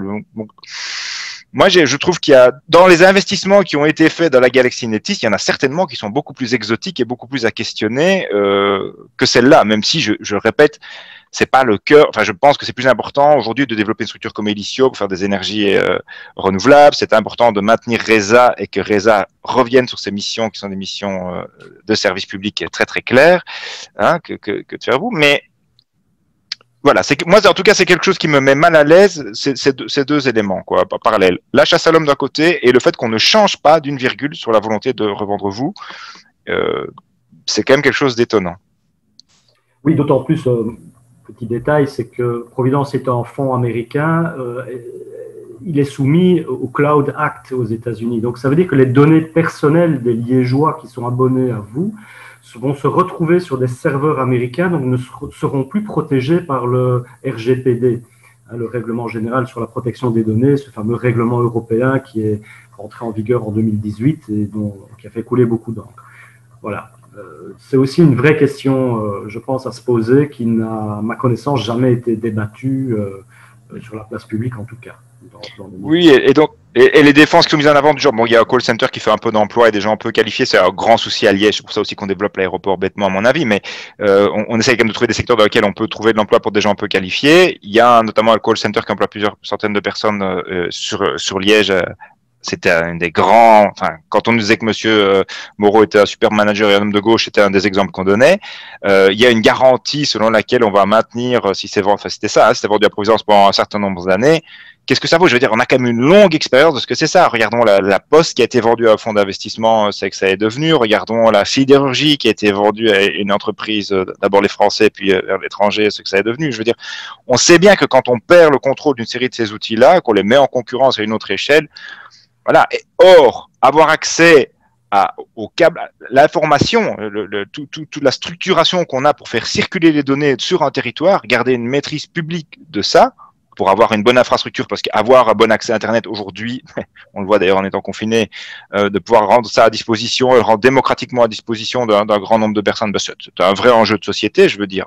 Alors il peut y avoir débat si c'est un enjeu de société d'avoir les matchs de football qui soient sur vous et pas sur une autre chaîne, ça c'est un autre débat, mais voilà. Et une chaîne comme vous pourrait aussi avoir une certaine philosophie différente dans les choix des télévisions qu'on met à disposition dans les bouquets qui sont proposés. Ben là, il y a de l'ouverture sur le monde. Est-ce qu'on met une série de chaînes à disposition ou pas? Quelle est la diversité de ce qui est mis à disposition? Qu'est-ce qu'on fait comme choix? Voilà, il y a quand même des enjeux qui sont des enjeux de société dans laquelle on vit, qui sont liés à ce qu'on fait avec cet outil-là. Et donc, de dire, on peut le vendre, ce n'est qu'une structure commerciale qui est dans un secteur concurrentiel. Et donc, on s'en fout, vendons-le au plus offrant. Et qu'est-ce qu'on fait avec ces sous, par ailleurs? Qu'est-ce qu'on fait avec ces sous? Parce que c'est un autre débat. Si c'est pour les mettre dans l'aéroport de Liège, je pense que c'est pas vraiment ce que souhaitent les gens à Liège aujourd'hui. Voilà. On peut peut-être te laisser la parole, puisque c'est le moment, je pense, de parler des solutions structurelles qu'on pourrait développer pour éviter ce genre de dysfonctionnement à l'avenir et assainir un peu les entreprises, les entreprises publiques d'initiative industrielle. Ben, moi, je pense à trois choses qui me semblent vraiment frappantes aujourd'hui, comme élu. La première, c'est il y a vraiment une soumission du monde politique à la tyrannie de sa réélection. Je pense que si, par exemple, Jean-Claude Marcourt accepte le deal bizarroïde, pour le dire comme ça, dans lequel, en urgence, Ogéophone vient mettre 10 millions pour sauver Mitra, c'est parce que il ne peut pas accepter que juste avant une élection, Mitra se casse la figure. Et ce truc, on les reporte d'ailleurs, hein, parce que Mitra continue d'être une société, David l'a dit, qui est en fait est très fort en bourse, mais pas très fort comme entreprise qui fabrique véritablement quelque chose aujourd'hui, en tout cas. Donc ça reste un pari sur l'avenir, et moi je trouve un pari risqué. Et en tout cas, ce qui est certain, c'est que c'était une entreprise très efficace pour arriver à capter des financements publics. Soit, si M. Marcourt se met dans ce deal-là, je pense que c'est parce qu'il y a une forme de tyrannie de la réélection qu'on ne peut pas se permettre qu'une entreprise comme celle-là, qu'on met comme un fleuron wallon, etc., se casse la figure. Et donc, moi, et même chose probablement pour M. Partoun. Si on a soutenu M. Partoun au-delà du raisonnable, alors qu'il y avait déjà une transaction financière pour des malversations qui étaient en avant, même si il a fait un espèce de gros fuck à tout le monde en essayant de refuser en tout cas la limitation de son salaire, etc. Si on l'a soutenu aussi longtemps, c'est parce que le succès de Liège Airport doit être mis en avant, etc., etc., etc. Et d'ailleurs, quand on voit que des entreprises comme FedEx se sauvent, le tilt n'arrive toujours pas de se dire au minimum, il faudrait peut-être rééquilibrer ce qu'on fait aujourd'hui et mettre aussi de l'argent public dans autre chose, ou si on veut rester sur ce secteur-là, avoir une maîtrise publique qui permet de ne pas être à ce point à la merci d'entreprises privées extérieures qui décident d'aller là où bon leur chante. Et donc, moi, je trouve qu'il y a une première chose qu'on pourrait faire, alors c'est un truc qui est difficile à entendre, mais si être un élu, c'était pas un métier et une carrière, si c'était quelque chose où on fait 2 mandats et puis on arrête, ben, il n'y aurait pas la tyrannie de la réélection. C'est-à-dire, on fait ce qu'on a à faire au moment où on est là, et on pourrait penser à ce qui est utile sur le long terme. Parce que ce qui va se passer dans 20 ou 30 ans avec ces structures-là, quand on a une réflexion qui est à l'année ou aux 2 ans à l'élection qui vient suivant, on s'en fout. On ne peut pas réfléchir sur le long terme. Or, c'est typiquement le redéploiement économique d'une région, etc. C'est typiquement quelque chose qui demande de réfléchir un peu sur le temps long. Donc moi, c'est un premier truc que je me dis très régulièrement, c'est que le fait que la politique ne soit pas quelque chose qu'on exerce pendant un temps de sa vie, après avoir fait autre chose et avant d'aller faire autre chose, c'est quelque chose qui pose vraiment beaucoup de soucis parce qu'on doit à toute force se faire réélire et que ça a plein de biais et celui-là en est un. La deuxième chose, moi, qui me marque, c'est l'absence de formation des élus locaux. Donc des structures comme celle-là, hyper compliquées, on voit les montages qui étaient mis en place, etc. Qui est censé les contrôler? Des élus locaux, enfin des élus provinciaux et des élus locaux. Ils ne sont pas en capacité de le faire. Je vois, à travers mon mandat d'élu communal, je suis dans 2, 3 CA ou AG, puisqu'on est forcé, on est forcé de cumuler, un minimum en tout cas, comme élu, puisqu'il n'y a que les élus qui peuvent aller représenter une formation politique dans un certain nombre de structures. Une AG de la CIL, par exemple, c'est une intercommunale qui gère des choses essentielles. La question de la distribution de l'eau, qui pose des tas de questions, l'accès à l'eau, le droit à l'eau, la tarification de l'eau, enfin, soit, je n'ouvre pas ce débat, mais je vais à une AG de la CIL, il n'y a pas une personne qui pose une question. Alors, je n'ai pas vu à quoi ressemblaient les AG de Publifin et les CA, mais je pense que ça devait en partie avoir la même tête. Si un élu comme Cédric Alain trouve la faille et est capable de dire, regardez, là, il y a un souci avec les comités de secteur, c'est un truc. C'est parce qu'il a par ailleurs une formation qui lui permet de faire ça. Je ne sais plus, David, exactement ce qu'il exerce comme fonction et ce qu'il a comme compétence, mais il a en tout cas une formation de juriste à côté qui lui permet de comprendre ce qui se passe là-bas. Il est l'exception. Pourquoi est-ce que quand on est élu aujourd'hui, avant ou en même temps qu'on va siéger, on n'a pas d'office des formations qui sont offertes aux élus pour pouvoir exercer réellement leur contre-pouvoir? Alors, il y a 2 choses à faire. Il faut former mieux les élus. Et donc, par exemple, l'Union des villes et communes offre des formations, mais elles sont payantes, elles sont hyper chères. Et donc, à nouveau, il n'y a que les élus qui pourraient se le permettre qui se les offrent. Comment fonctionne un marché public, comment fonctionne une intercommunale, toutes ces choses-là, je pense qu'il faudrait qu'on comprenne mieux comment ça fonctionne. Lire des comptes, voilà. Et il faudrait, en parallèle, que les structures gardent une certaine simplicité dans leur structuration. Le fait de faire des espèces d'énormes agglomérats dans lesquels on met tout ensemble, hein, Reza, c'est quand même déjà aussi le fait de mettre du gaz et de l'électricité ensemble. Je trouve que ça vaut débat parce qu'il y a des communes dans lesquelles la distribution de gaz ou d'électricité ne fait pas sens de la même façon, puisqu'il y a des communes où on a l'électricité dans toutes les communes, la distribution de gaz n'est pas dans toutes les communes, pour donner un exemple. Donc, ça avait du sens. Ce sont 2 métiers différents. Ça a peut-être du sens de conserver ces choses séparées. En tout cas, il y a une envie de mettre des tas de choses, de créer des tas de structures, des tas de filiales qui rendent très, très compliqué, sinon impossible pour des élus le fait de le contrôler. Donc, maintenir des structures simples et former les élus, à mon avis, ça me semble essentiel. Et le dernier élément, mais qui est quand même marquant et qu'on voit partout, et ça, vous avez qu'à vous balader sur Cumuléo, c'est le cumul des mandats. Moi, je vois modestement, comme conseiller communal, en ayant quelques mandats dérivés, à quel point c'est compliqué d'arriver à suivre au jour le jour toutes ces structures-là. Conseil communal comme Liège, c'est tous les mois 200-300 points. Si on a en plus 2-3 réunions, et puis c'est par période en plus, hein, les CA et les AG arrivent souvent aux mêmes périodes, on ne sait pas exercer correctement, donc il faut aussi avoir un travail très strict pour limiter le cumul des mandats. Et je veux dire peut-être une dernière chose qui est très peut-être à contre-courant, mais moi je trouve qu'on paye trop mal les élus locaux.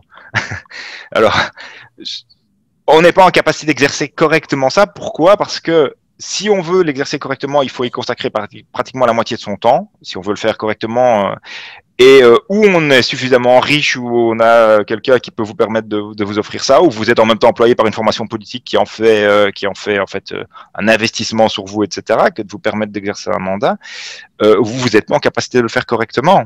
Et donc et ça c'est un exemple de ce qui se passe, par exemple, c'est un pays que j'aime beaucoup, ils ont plein de choses intéressantes en Islande, une commune comme Reykjavik qui a la même taille que Liège, ce sont 49 élus, Reykjavik c'est 20, pourtant c'est la même taille, mais tous les élus, majorité opposition, sont payés l'équivalent d'un mi-temps. Ça veut dire qu'on peut véritablement exercer un travail d'opposition dans lequel on est un peu à armes égales pour aller voir ce qui est fait.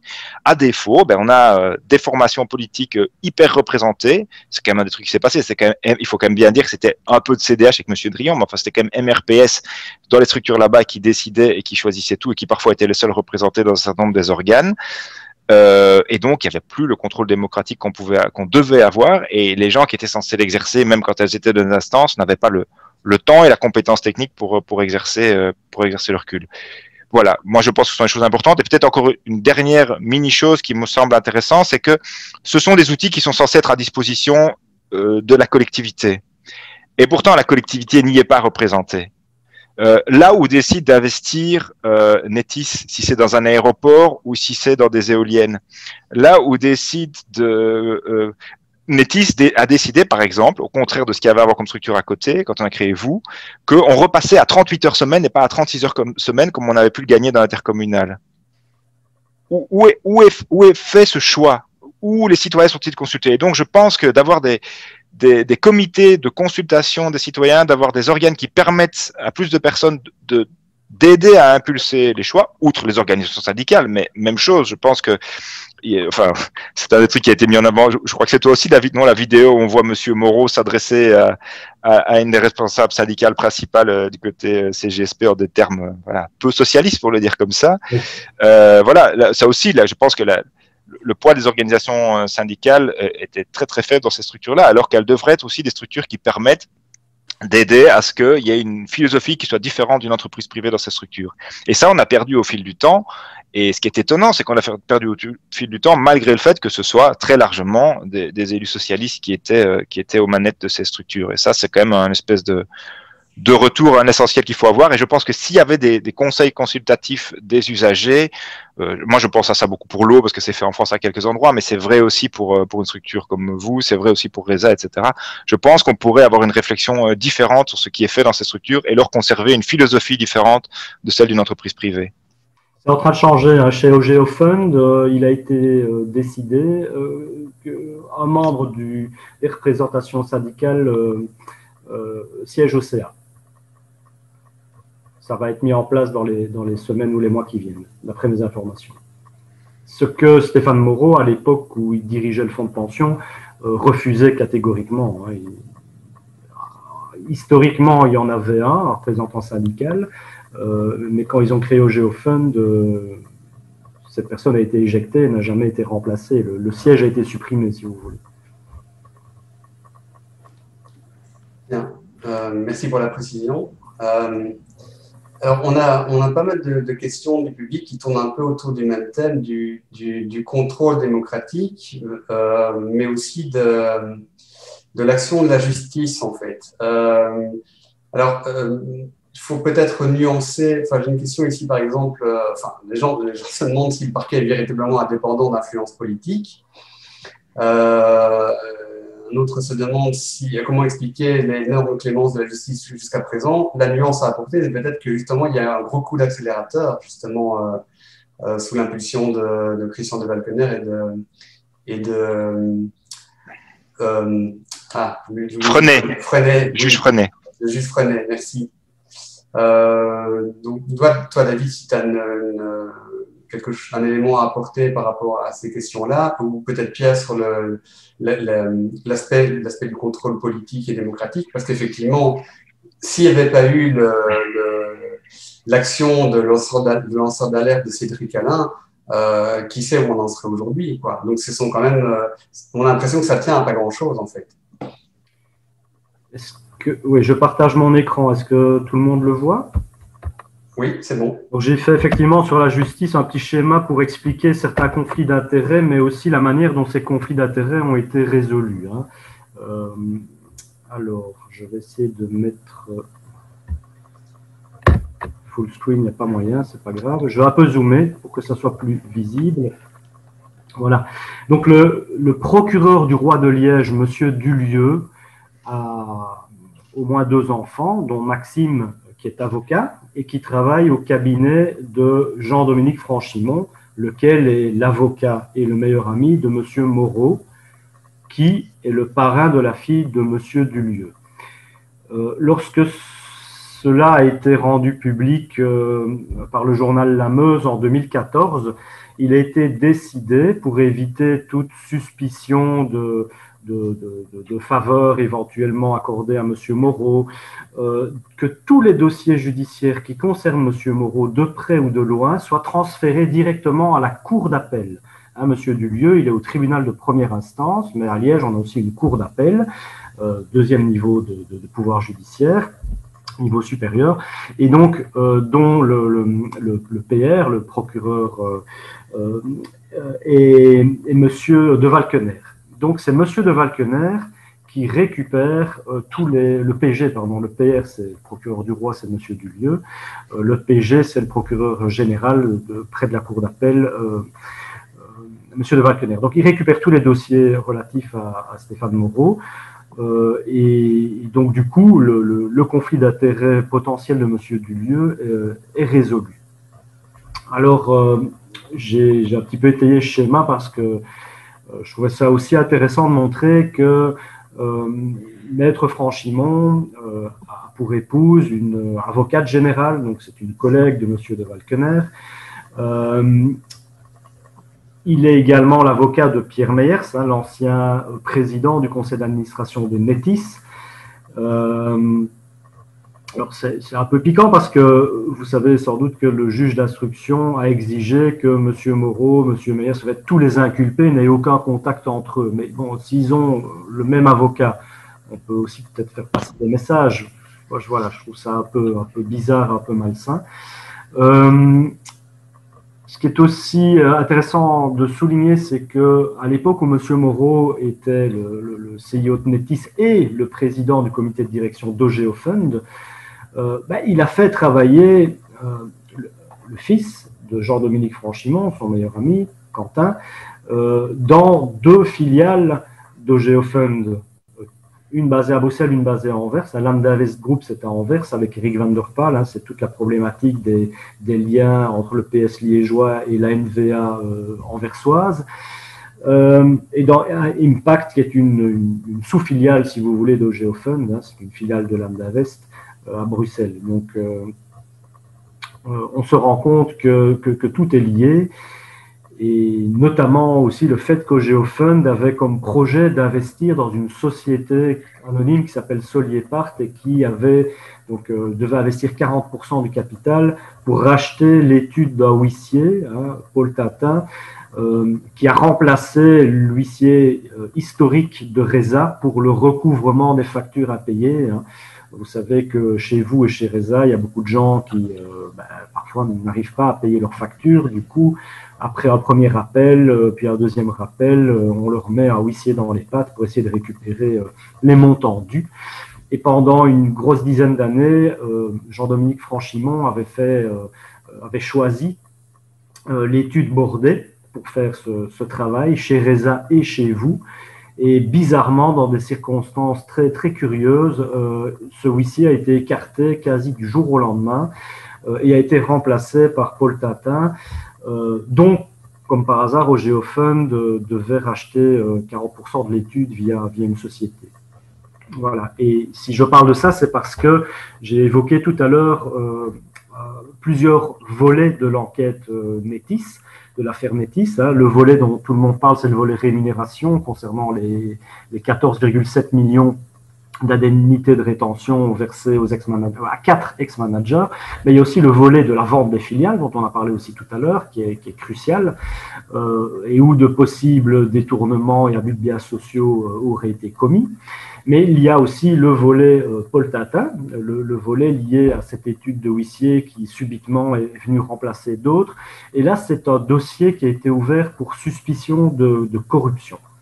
Donc c'est un dossier qui a été mis à l'instruction fin novembre, il est tout frais, tout chaud, il n'y a pas encore eu de devoir d'enquête réalisé, à ma connaissance, parce que les enquêteurs de l'OCRC, ça aussi c'est important de le souligner, ce ne sont pas les enquêteurs de la police judiciaire fédérale de Liège qui gèrent l'affaire Métis, on parle de conflit d'intérêts potentiel.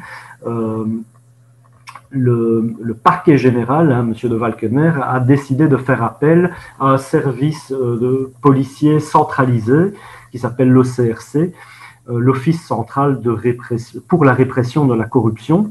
Donc, c'est un service fédéral qui peut être détaché dans différents parquets, dans différents arrondissements judiciaires et qui possède des compétences très focalisées sur la criminalité financière et la lutte contre la corruption. Ce ne sont pas, entre guillemets, des policiers tout venants, comme on en a à Liège, et qui font très bien leur travail au niveau de la financière. Mais donc voilà, Pour éviter les conflits d'intérêts, ce n'est pas le procureur du roi de Liège qui récupère les dossiers liés à Stéphane Moreau, et en plus, ce ne sont pas les enquêteurs de Liège, où on pourrait éventuellement suspecter des liens, des connaissances, des liens amicaux ou familiaux.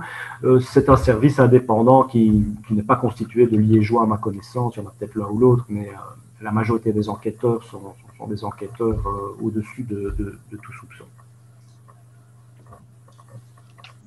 C'est le CRC d'ailleurs qui était aussi intervenu à Charleroi à l'époque. Hein.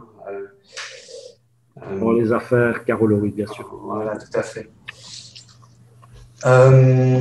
Moi, j'avais une autre question à te poser à toi spécifiquement, David. C'est de savoir dans quelles conditions en fait tu pouvais mener tes investigations en fait. Si tu as subi des pressions, des intimidations. Est-ce que tu peux nous parler de ton quotidien de journaliste? Oui, bien sûr. Avant que la justice ne s'en mêle sérieusement et que des instructions judiciaires soient ouvertes, c'était pas facile parce que on essaye de vous mettre dans une case qui ne me correspond absolument pas.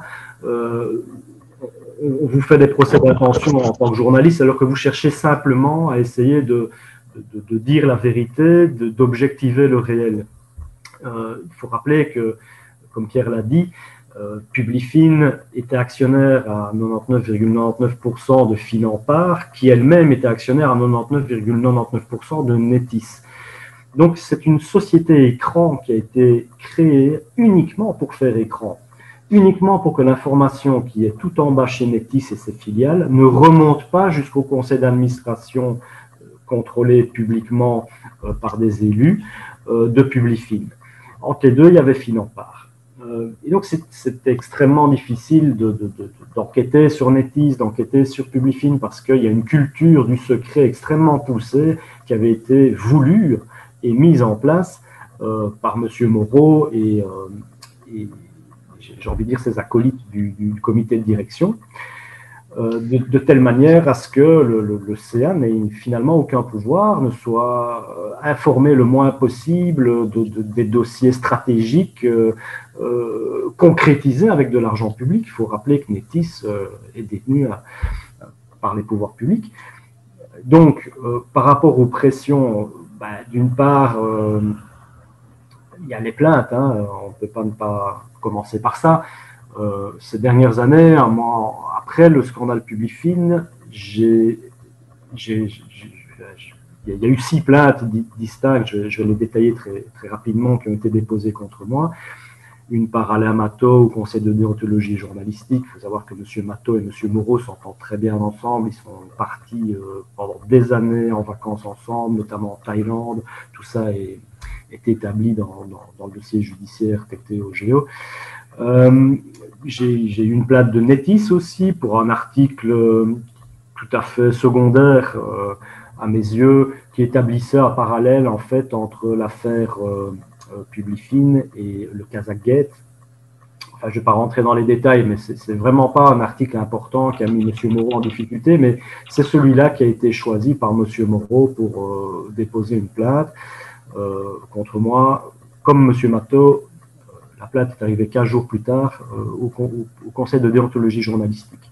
Alors, au Géofund aussi n'a pas été en reste, ils ont été les plus productifs, ils ont bien fait travailler leurs avocats, puisque au Géofund a déposé 2 plaintes contre Tom Cochet et moi-même, dans le cadre de ce qu'on avait appelé le Landavestgate. On a fait une série d'enquêtes qui ont été publiées sur le site web du VIF et dans le VIF papier, ainsi que sur le site internet Apache, qui est un espèce de Mediapart flamand, pure player d'investigation.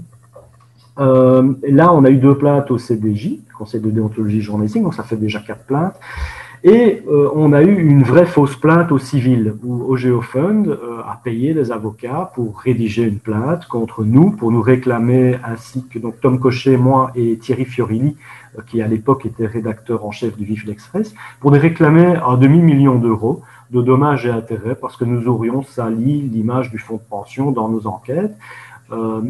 alors je parle de vraies fausses plaintes parce qu'ils ont payé les avocats pour rédiger la plainte, ils ont payé l'huissier pour venir nous apporter la plainte dans notre boîte aux lettres, mais ils n'ont pas inscrit la plainte au rôle du tribunal, c'est-à-dire à l'agenda, si vous voulez.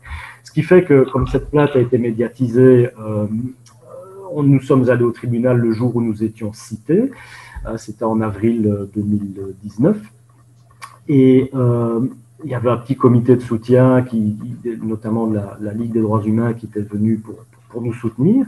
Et donc, il y avait quand même pas mal de monde. Il y avait une quarantaine de personnes dans la salle. Et le juge a dit, écoutez, je sais pourquoi vous êtes là, j'ai lu la presse, mais il n'y a pas de dossier, il n'y a pas de procès, je ne peux pas l'ouvrir, ça n'a pas été inscrit au rôle. Et donc, OGeoFund a été obligé de se justifier. Il a dit, oui, mais on a changé d'avis, on va déposer plainte contre eux à Bruxelles. Ce qui n'a aucun sens puisque le siège social d'OGeoFund est à Liège. Tous nos articles concernaient Liège, l'argent des pensionnés liégeois, des investissements réalisés à Liège. Et évidemment, ils n'ont jamais déposé cette plainte à Bruxelles qui, par ailleurs, vous le savez sans doute, la justice bruxelloise est complètement submergée. Il y a beaucoup trop de plaintes et c'est ce qu'on appelle l'arriéré judiciaire. Donc, si vous voulez déposer plainte contre quelqu'un, faites-le partout, mais pas à Bruxelles. Ça va prendre des années avant que la plainte soit traitée. En plus de ça, j'ai une plainte au pénal, donc ça, 4 au CDJ, une au civil, la vraie fausse d'OGeoFund pour le demi-million. On a eu des menaces de Dominique Jeanne qui menaçait carrément de nous réclamer 50 millions d'euros, soyons fous. Il n'a jamais déposé sa plainte, mais il voulait qu'on retire des articles qu'on avait publiés, ce que nous n'avons évidemment pas fait. Et alors, mais ça c'est une menace, et alors la 6e véritable plainte, elle a été déposée par mon ancien employeur. Il faut savoir que j'ai travaillé chez Marianne Belgique pendant 2 ans, en 2013 et 2014. Et puis, je suis parti. L'hebdomadaire a été racheté, enfin, en tout cas, Métis, via sa filiale BTV, a injecté 400 000 euros dedans, est devenu l'actionnaire principal avec M. Fornieri. C'était les 2 principaux actionnaires. Et c'est eux qui décidaient, c'est eux qui avaient le pouvoir au conseil d'administration. Et tout s'est très bien passé. Moi, je suis parti en excellents termes avec mes anciens collègues. Et 1 an après le fait que j'ai sorti le scandale Publifin, cet ancien employeur, passé sous contrôle de Métis, très curieusement et très tardivement, a décidé de déposer plainte contre moi au pénal pour me réclamer un ordinateur qui avait été mis à ma disposition et qu'on m'avait volé. J'ai été déposé plainte pour vol le lendemain des faits. Et donc, on a monté de toutes pièces une vraie fausse plainte. Elle est vraie puisqu'elle a été déposée. Elle est fausse dans ses motifs, puisque j'ai pu démontrer que cet ordinateur m'avait été volé. Et on m'a accusé de vol, en fait, de vol domestique. Je trouve ça absolument scandaleux. D'ailleurs, la Chambre du Conseil a décidé qu'il y avait non-lieu à poursuivre, puisque ce dossier était complètement vide. Il a été monté de toutes pièces pour me nuire. Et voilà, il y a eu un non-lieu et le président de la Chambre a interpellé l'avocat de cette sous-filiale de Métis en disant que c'était absolument scandaleux de déposer plainte pour des motifs pareils alors qu'il n'y a strictement aucun fait avéré. Et donc voilà, 6 plaintes et évidemment ça prend du temps de répondre à ces plaintes, notamment au CDJ, c'est ce qui prend le plus de temps parce qu'il y a un premier round, il y a un deuxième round de conclusion. Et lorsqu'on vous attaque sur des faits précis dans le cadre d'une enquête complexe, vous êtes obligé de refaire l'enquête dans vos conclusions. Et donc, du coup, moi, au total, j'ai perdu à peu près 2 mois à temps plein de journées où je n'ai pas pu travailler et gagner ma vie et faire mon travail de journaliste, mais j'ai passé ces 2 mois full-time à me défendre. Et alors, bon, l'épilogue, c'est que les 4 plaintes au CDJ ont toutes été jugées non fondées. Je l'ai dit, il y a eu un non-lieu au pénal et au civil, ils n'ont jamais finalement déposé cette plainte. C'était de l'intimidation pure. Oui, de l'intimidation et une volonté de te faire perdre ton temps. Ça marche, hein? Moi, j'ai aucun recours contre ça.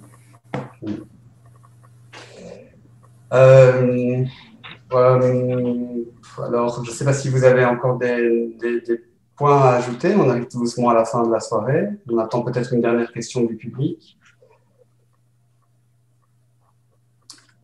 On peut peut-être demander à Bérénice aussi de se préparer pour le dernier texte. Voilà, voilà. Bon, ben, Bérénice, c'est toi. Bon, je vais essayer de mettre de la verve, pardon, et le verbe dans ce texte que j'affectionne. Merci pour le choix. Peuple, souviens-toi qu'il existe dans ton sein une ligue de fripons qui lutte contre la vertu publique et qui a plus d'influence que toi-même sur tes propres affaires, qui te redoute et te flatte en masse, mais te proscrit en détail dans la personne de tous les bons citoyens. Rappelle-toi que, loin de sacrifier cette nuée de fripons à ton bonheur, tes ennemis veulent te sacrifier à cette poignée de fripons, auteur de tous nos maux et seul obstacle à la prospérité publique. Sache que tout homme qui s'élèvera pour défendre ta cause et la morale publique sera accablé d'avanir et proscrit par les fripons. Sache que tout ami de la liberté sera toujours placé entre un devoir et une calomnie, que ceux qui ne pourront être accusés d'avoir trahi seront accusés d'ambition, que l'influence de la probité et des principes sera comparée à la force de ta tyrannie et à la violence des factions, que ta confiance et ton estime seront des titres de proscription pour tous tes amis, que les cris du patriotisme opprimés seront appelés des cris de sédition, et que, n'osant t'attaquer toi-même en masse, on te proscrira en détail dans la personne de tous les bons citoyens, jusqu'à ce que les ambitieux aient organisé leur tyrannie. Tel est l'empire des tyrans armés contre nous, telle est l'influence de leur ligue avec tous les hommes corrompus, toujours portés à les servir. Ainsi donc, les scélérats nous imposant la loi de trahir le peuple, à peine d'être appelés dictateurs. Souscrirons-nous à cette loi? Non.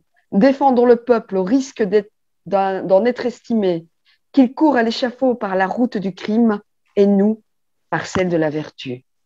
Robespierre, ultime discours, 26 juillet 1794. Merci Bérénice, un texte bien à propos.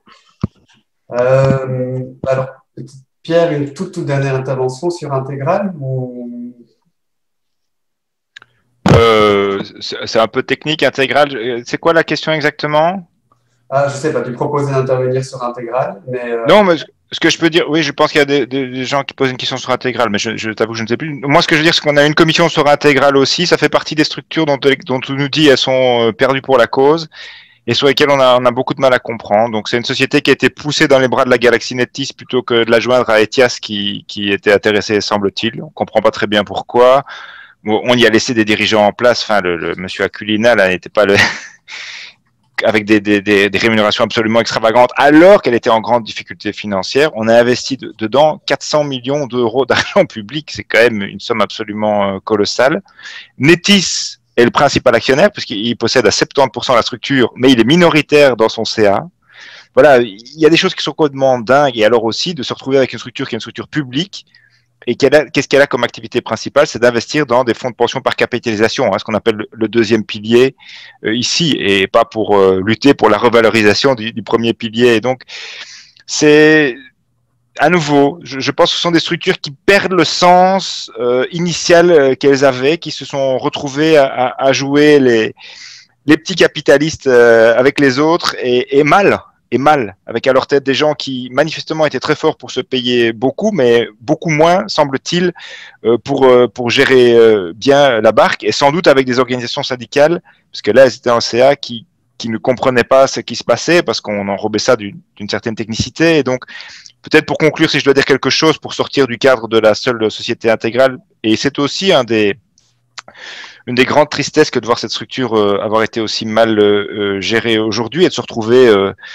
entre la peste et le choléra, hein, dans c'est de la vente par appartement, ou c'est une offre de rachat à l'euro symbolique par des sociétés genre le fonds d'investissement Rock River, qui vont aussi mettre ces structures en pièces.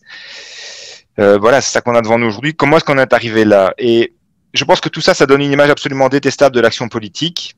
Et aussi, ça donne une image détestable de l'initiative industrielle publique, parce que là, on a des outils publics, et pourtant, ils sont essentiels. Bon, ils sont essentiels pour plein de raisons. Moi, j'ai une sensibilité sociale, mais j'ai aussi une sensibilité écologique. à l'heure du défi climatique, avoir des entreprises publiques qui regardent sur le long terme, qui décident d'investir dans le renouvelable, dans les isolations des bâtiments, plein d'autres secteurs comme cela, c'est absolument essentiel.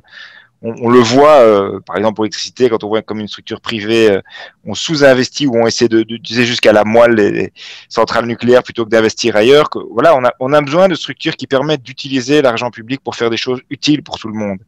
Et c'est pas ce qui est fait, et c'est ce qui est le plus triste, je pense, dans ce genre de choses. Et on doit résister. On doit résister à l'idée de se dire tous pourris, parce qu'une société dans laquelle on enlève des élus et qu'on les remplace par des technocrates, c'est une société ultralibérale et c'est pas notre modèle. Vraiment, il faut, voilà. Mais il faut des élus qui puissent faire leur travail correctement. J'ai donné quelques éléments pour que ce soit le cas à mon avis. Et on doit résister aussi à l'idée que le privé fera mieux.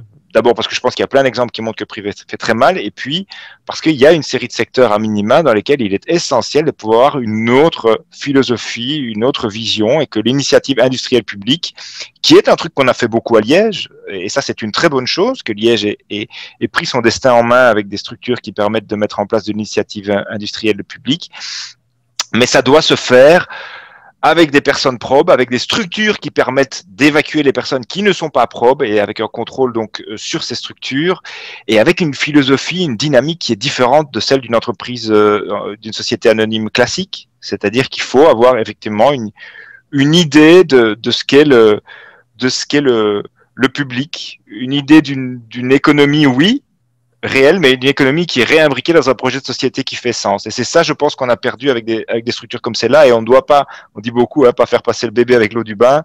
En l'occurrence, c'est vraiment ça. Ce serait le pire que la conclusion de ces gens qui ont confondu intérêt personnel et intérêt public, que la conséquence de ça soit que on se retrouve demain en perdant ces structures, en les voyant tomber en faillite ou être privatisées et rachetées par des structures privées qui n'en feront rien d'intéressant pour le tissu industriel, et singulièrement pour le tissu industriel liégeois qui en a pourtant bien besoin. Voilà ce que je voulais dire, moi, en quelques mots. Oui, juste rebondir très brièvement sur la question des privatisations qui est tombée tout à la fin. Donc, la privatisation des actifs de Netis, on a parlé de Win, de vous, de Elicio, il y a les éditions de l'Avenir qui ont été vendues ici au mois de janvier, ça s'est finalisé au groupe IPM. Comment dire, en fait, c'est une décision qui a été prise par les élus wallons dans le cadre de la commission d'enquête parlementaire Publifin.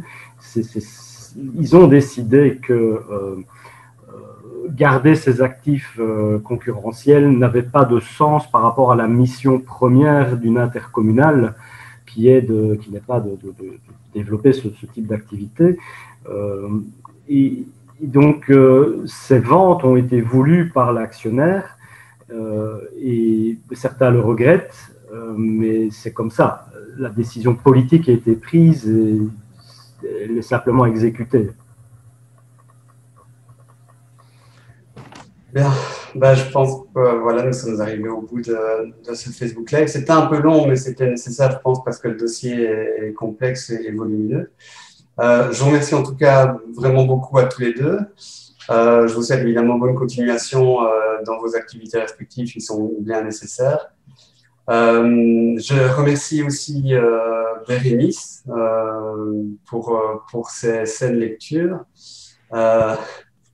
Bérénice. Je remercie Maxime aussi qui a traité des questions du public et nous les a transférées, ainsi que tous celles et tous ceux, j'en oublie sans doute, qui ont œuvré à la réalisation de cette soirée. Et merci évidemment au public de nous avoir suivis. Vous pourrez, si vous êtes arrivé en retard ou si vous voulez nous revoir, retrouver la vidéo, l'enregistrement de la séance sur nos pages Facebook, donc à Contre-Courant et Association culturelle Joseph Jacquemotte, et nos chaînes YouTube. Voilà, merci à vous tous. Bonne soirée, bon week-end. Au revoir, à bientôt. Merci, bon week-end à vous.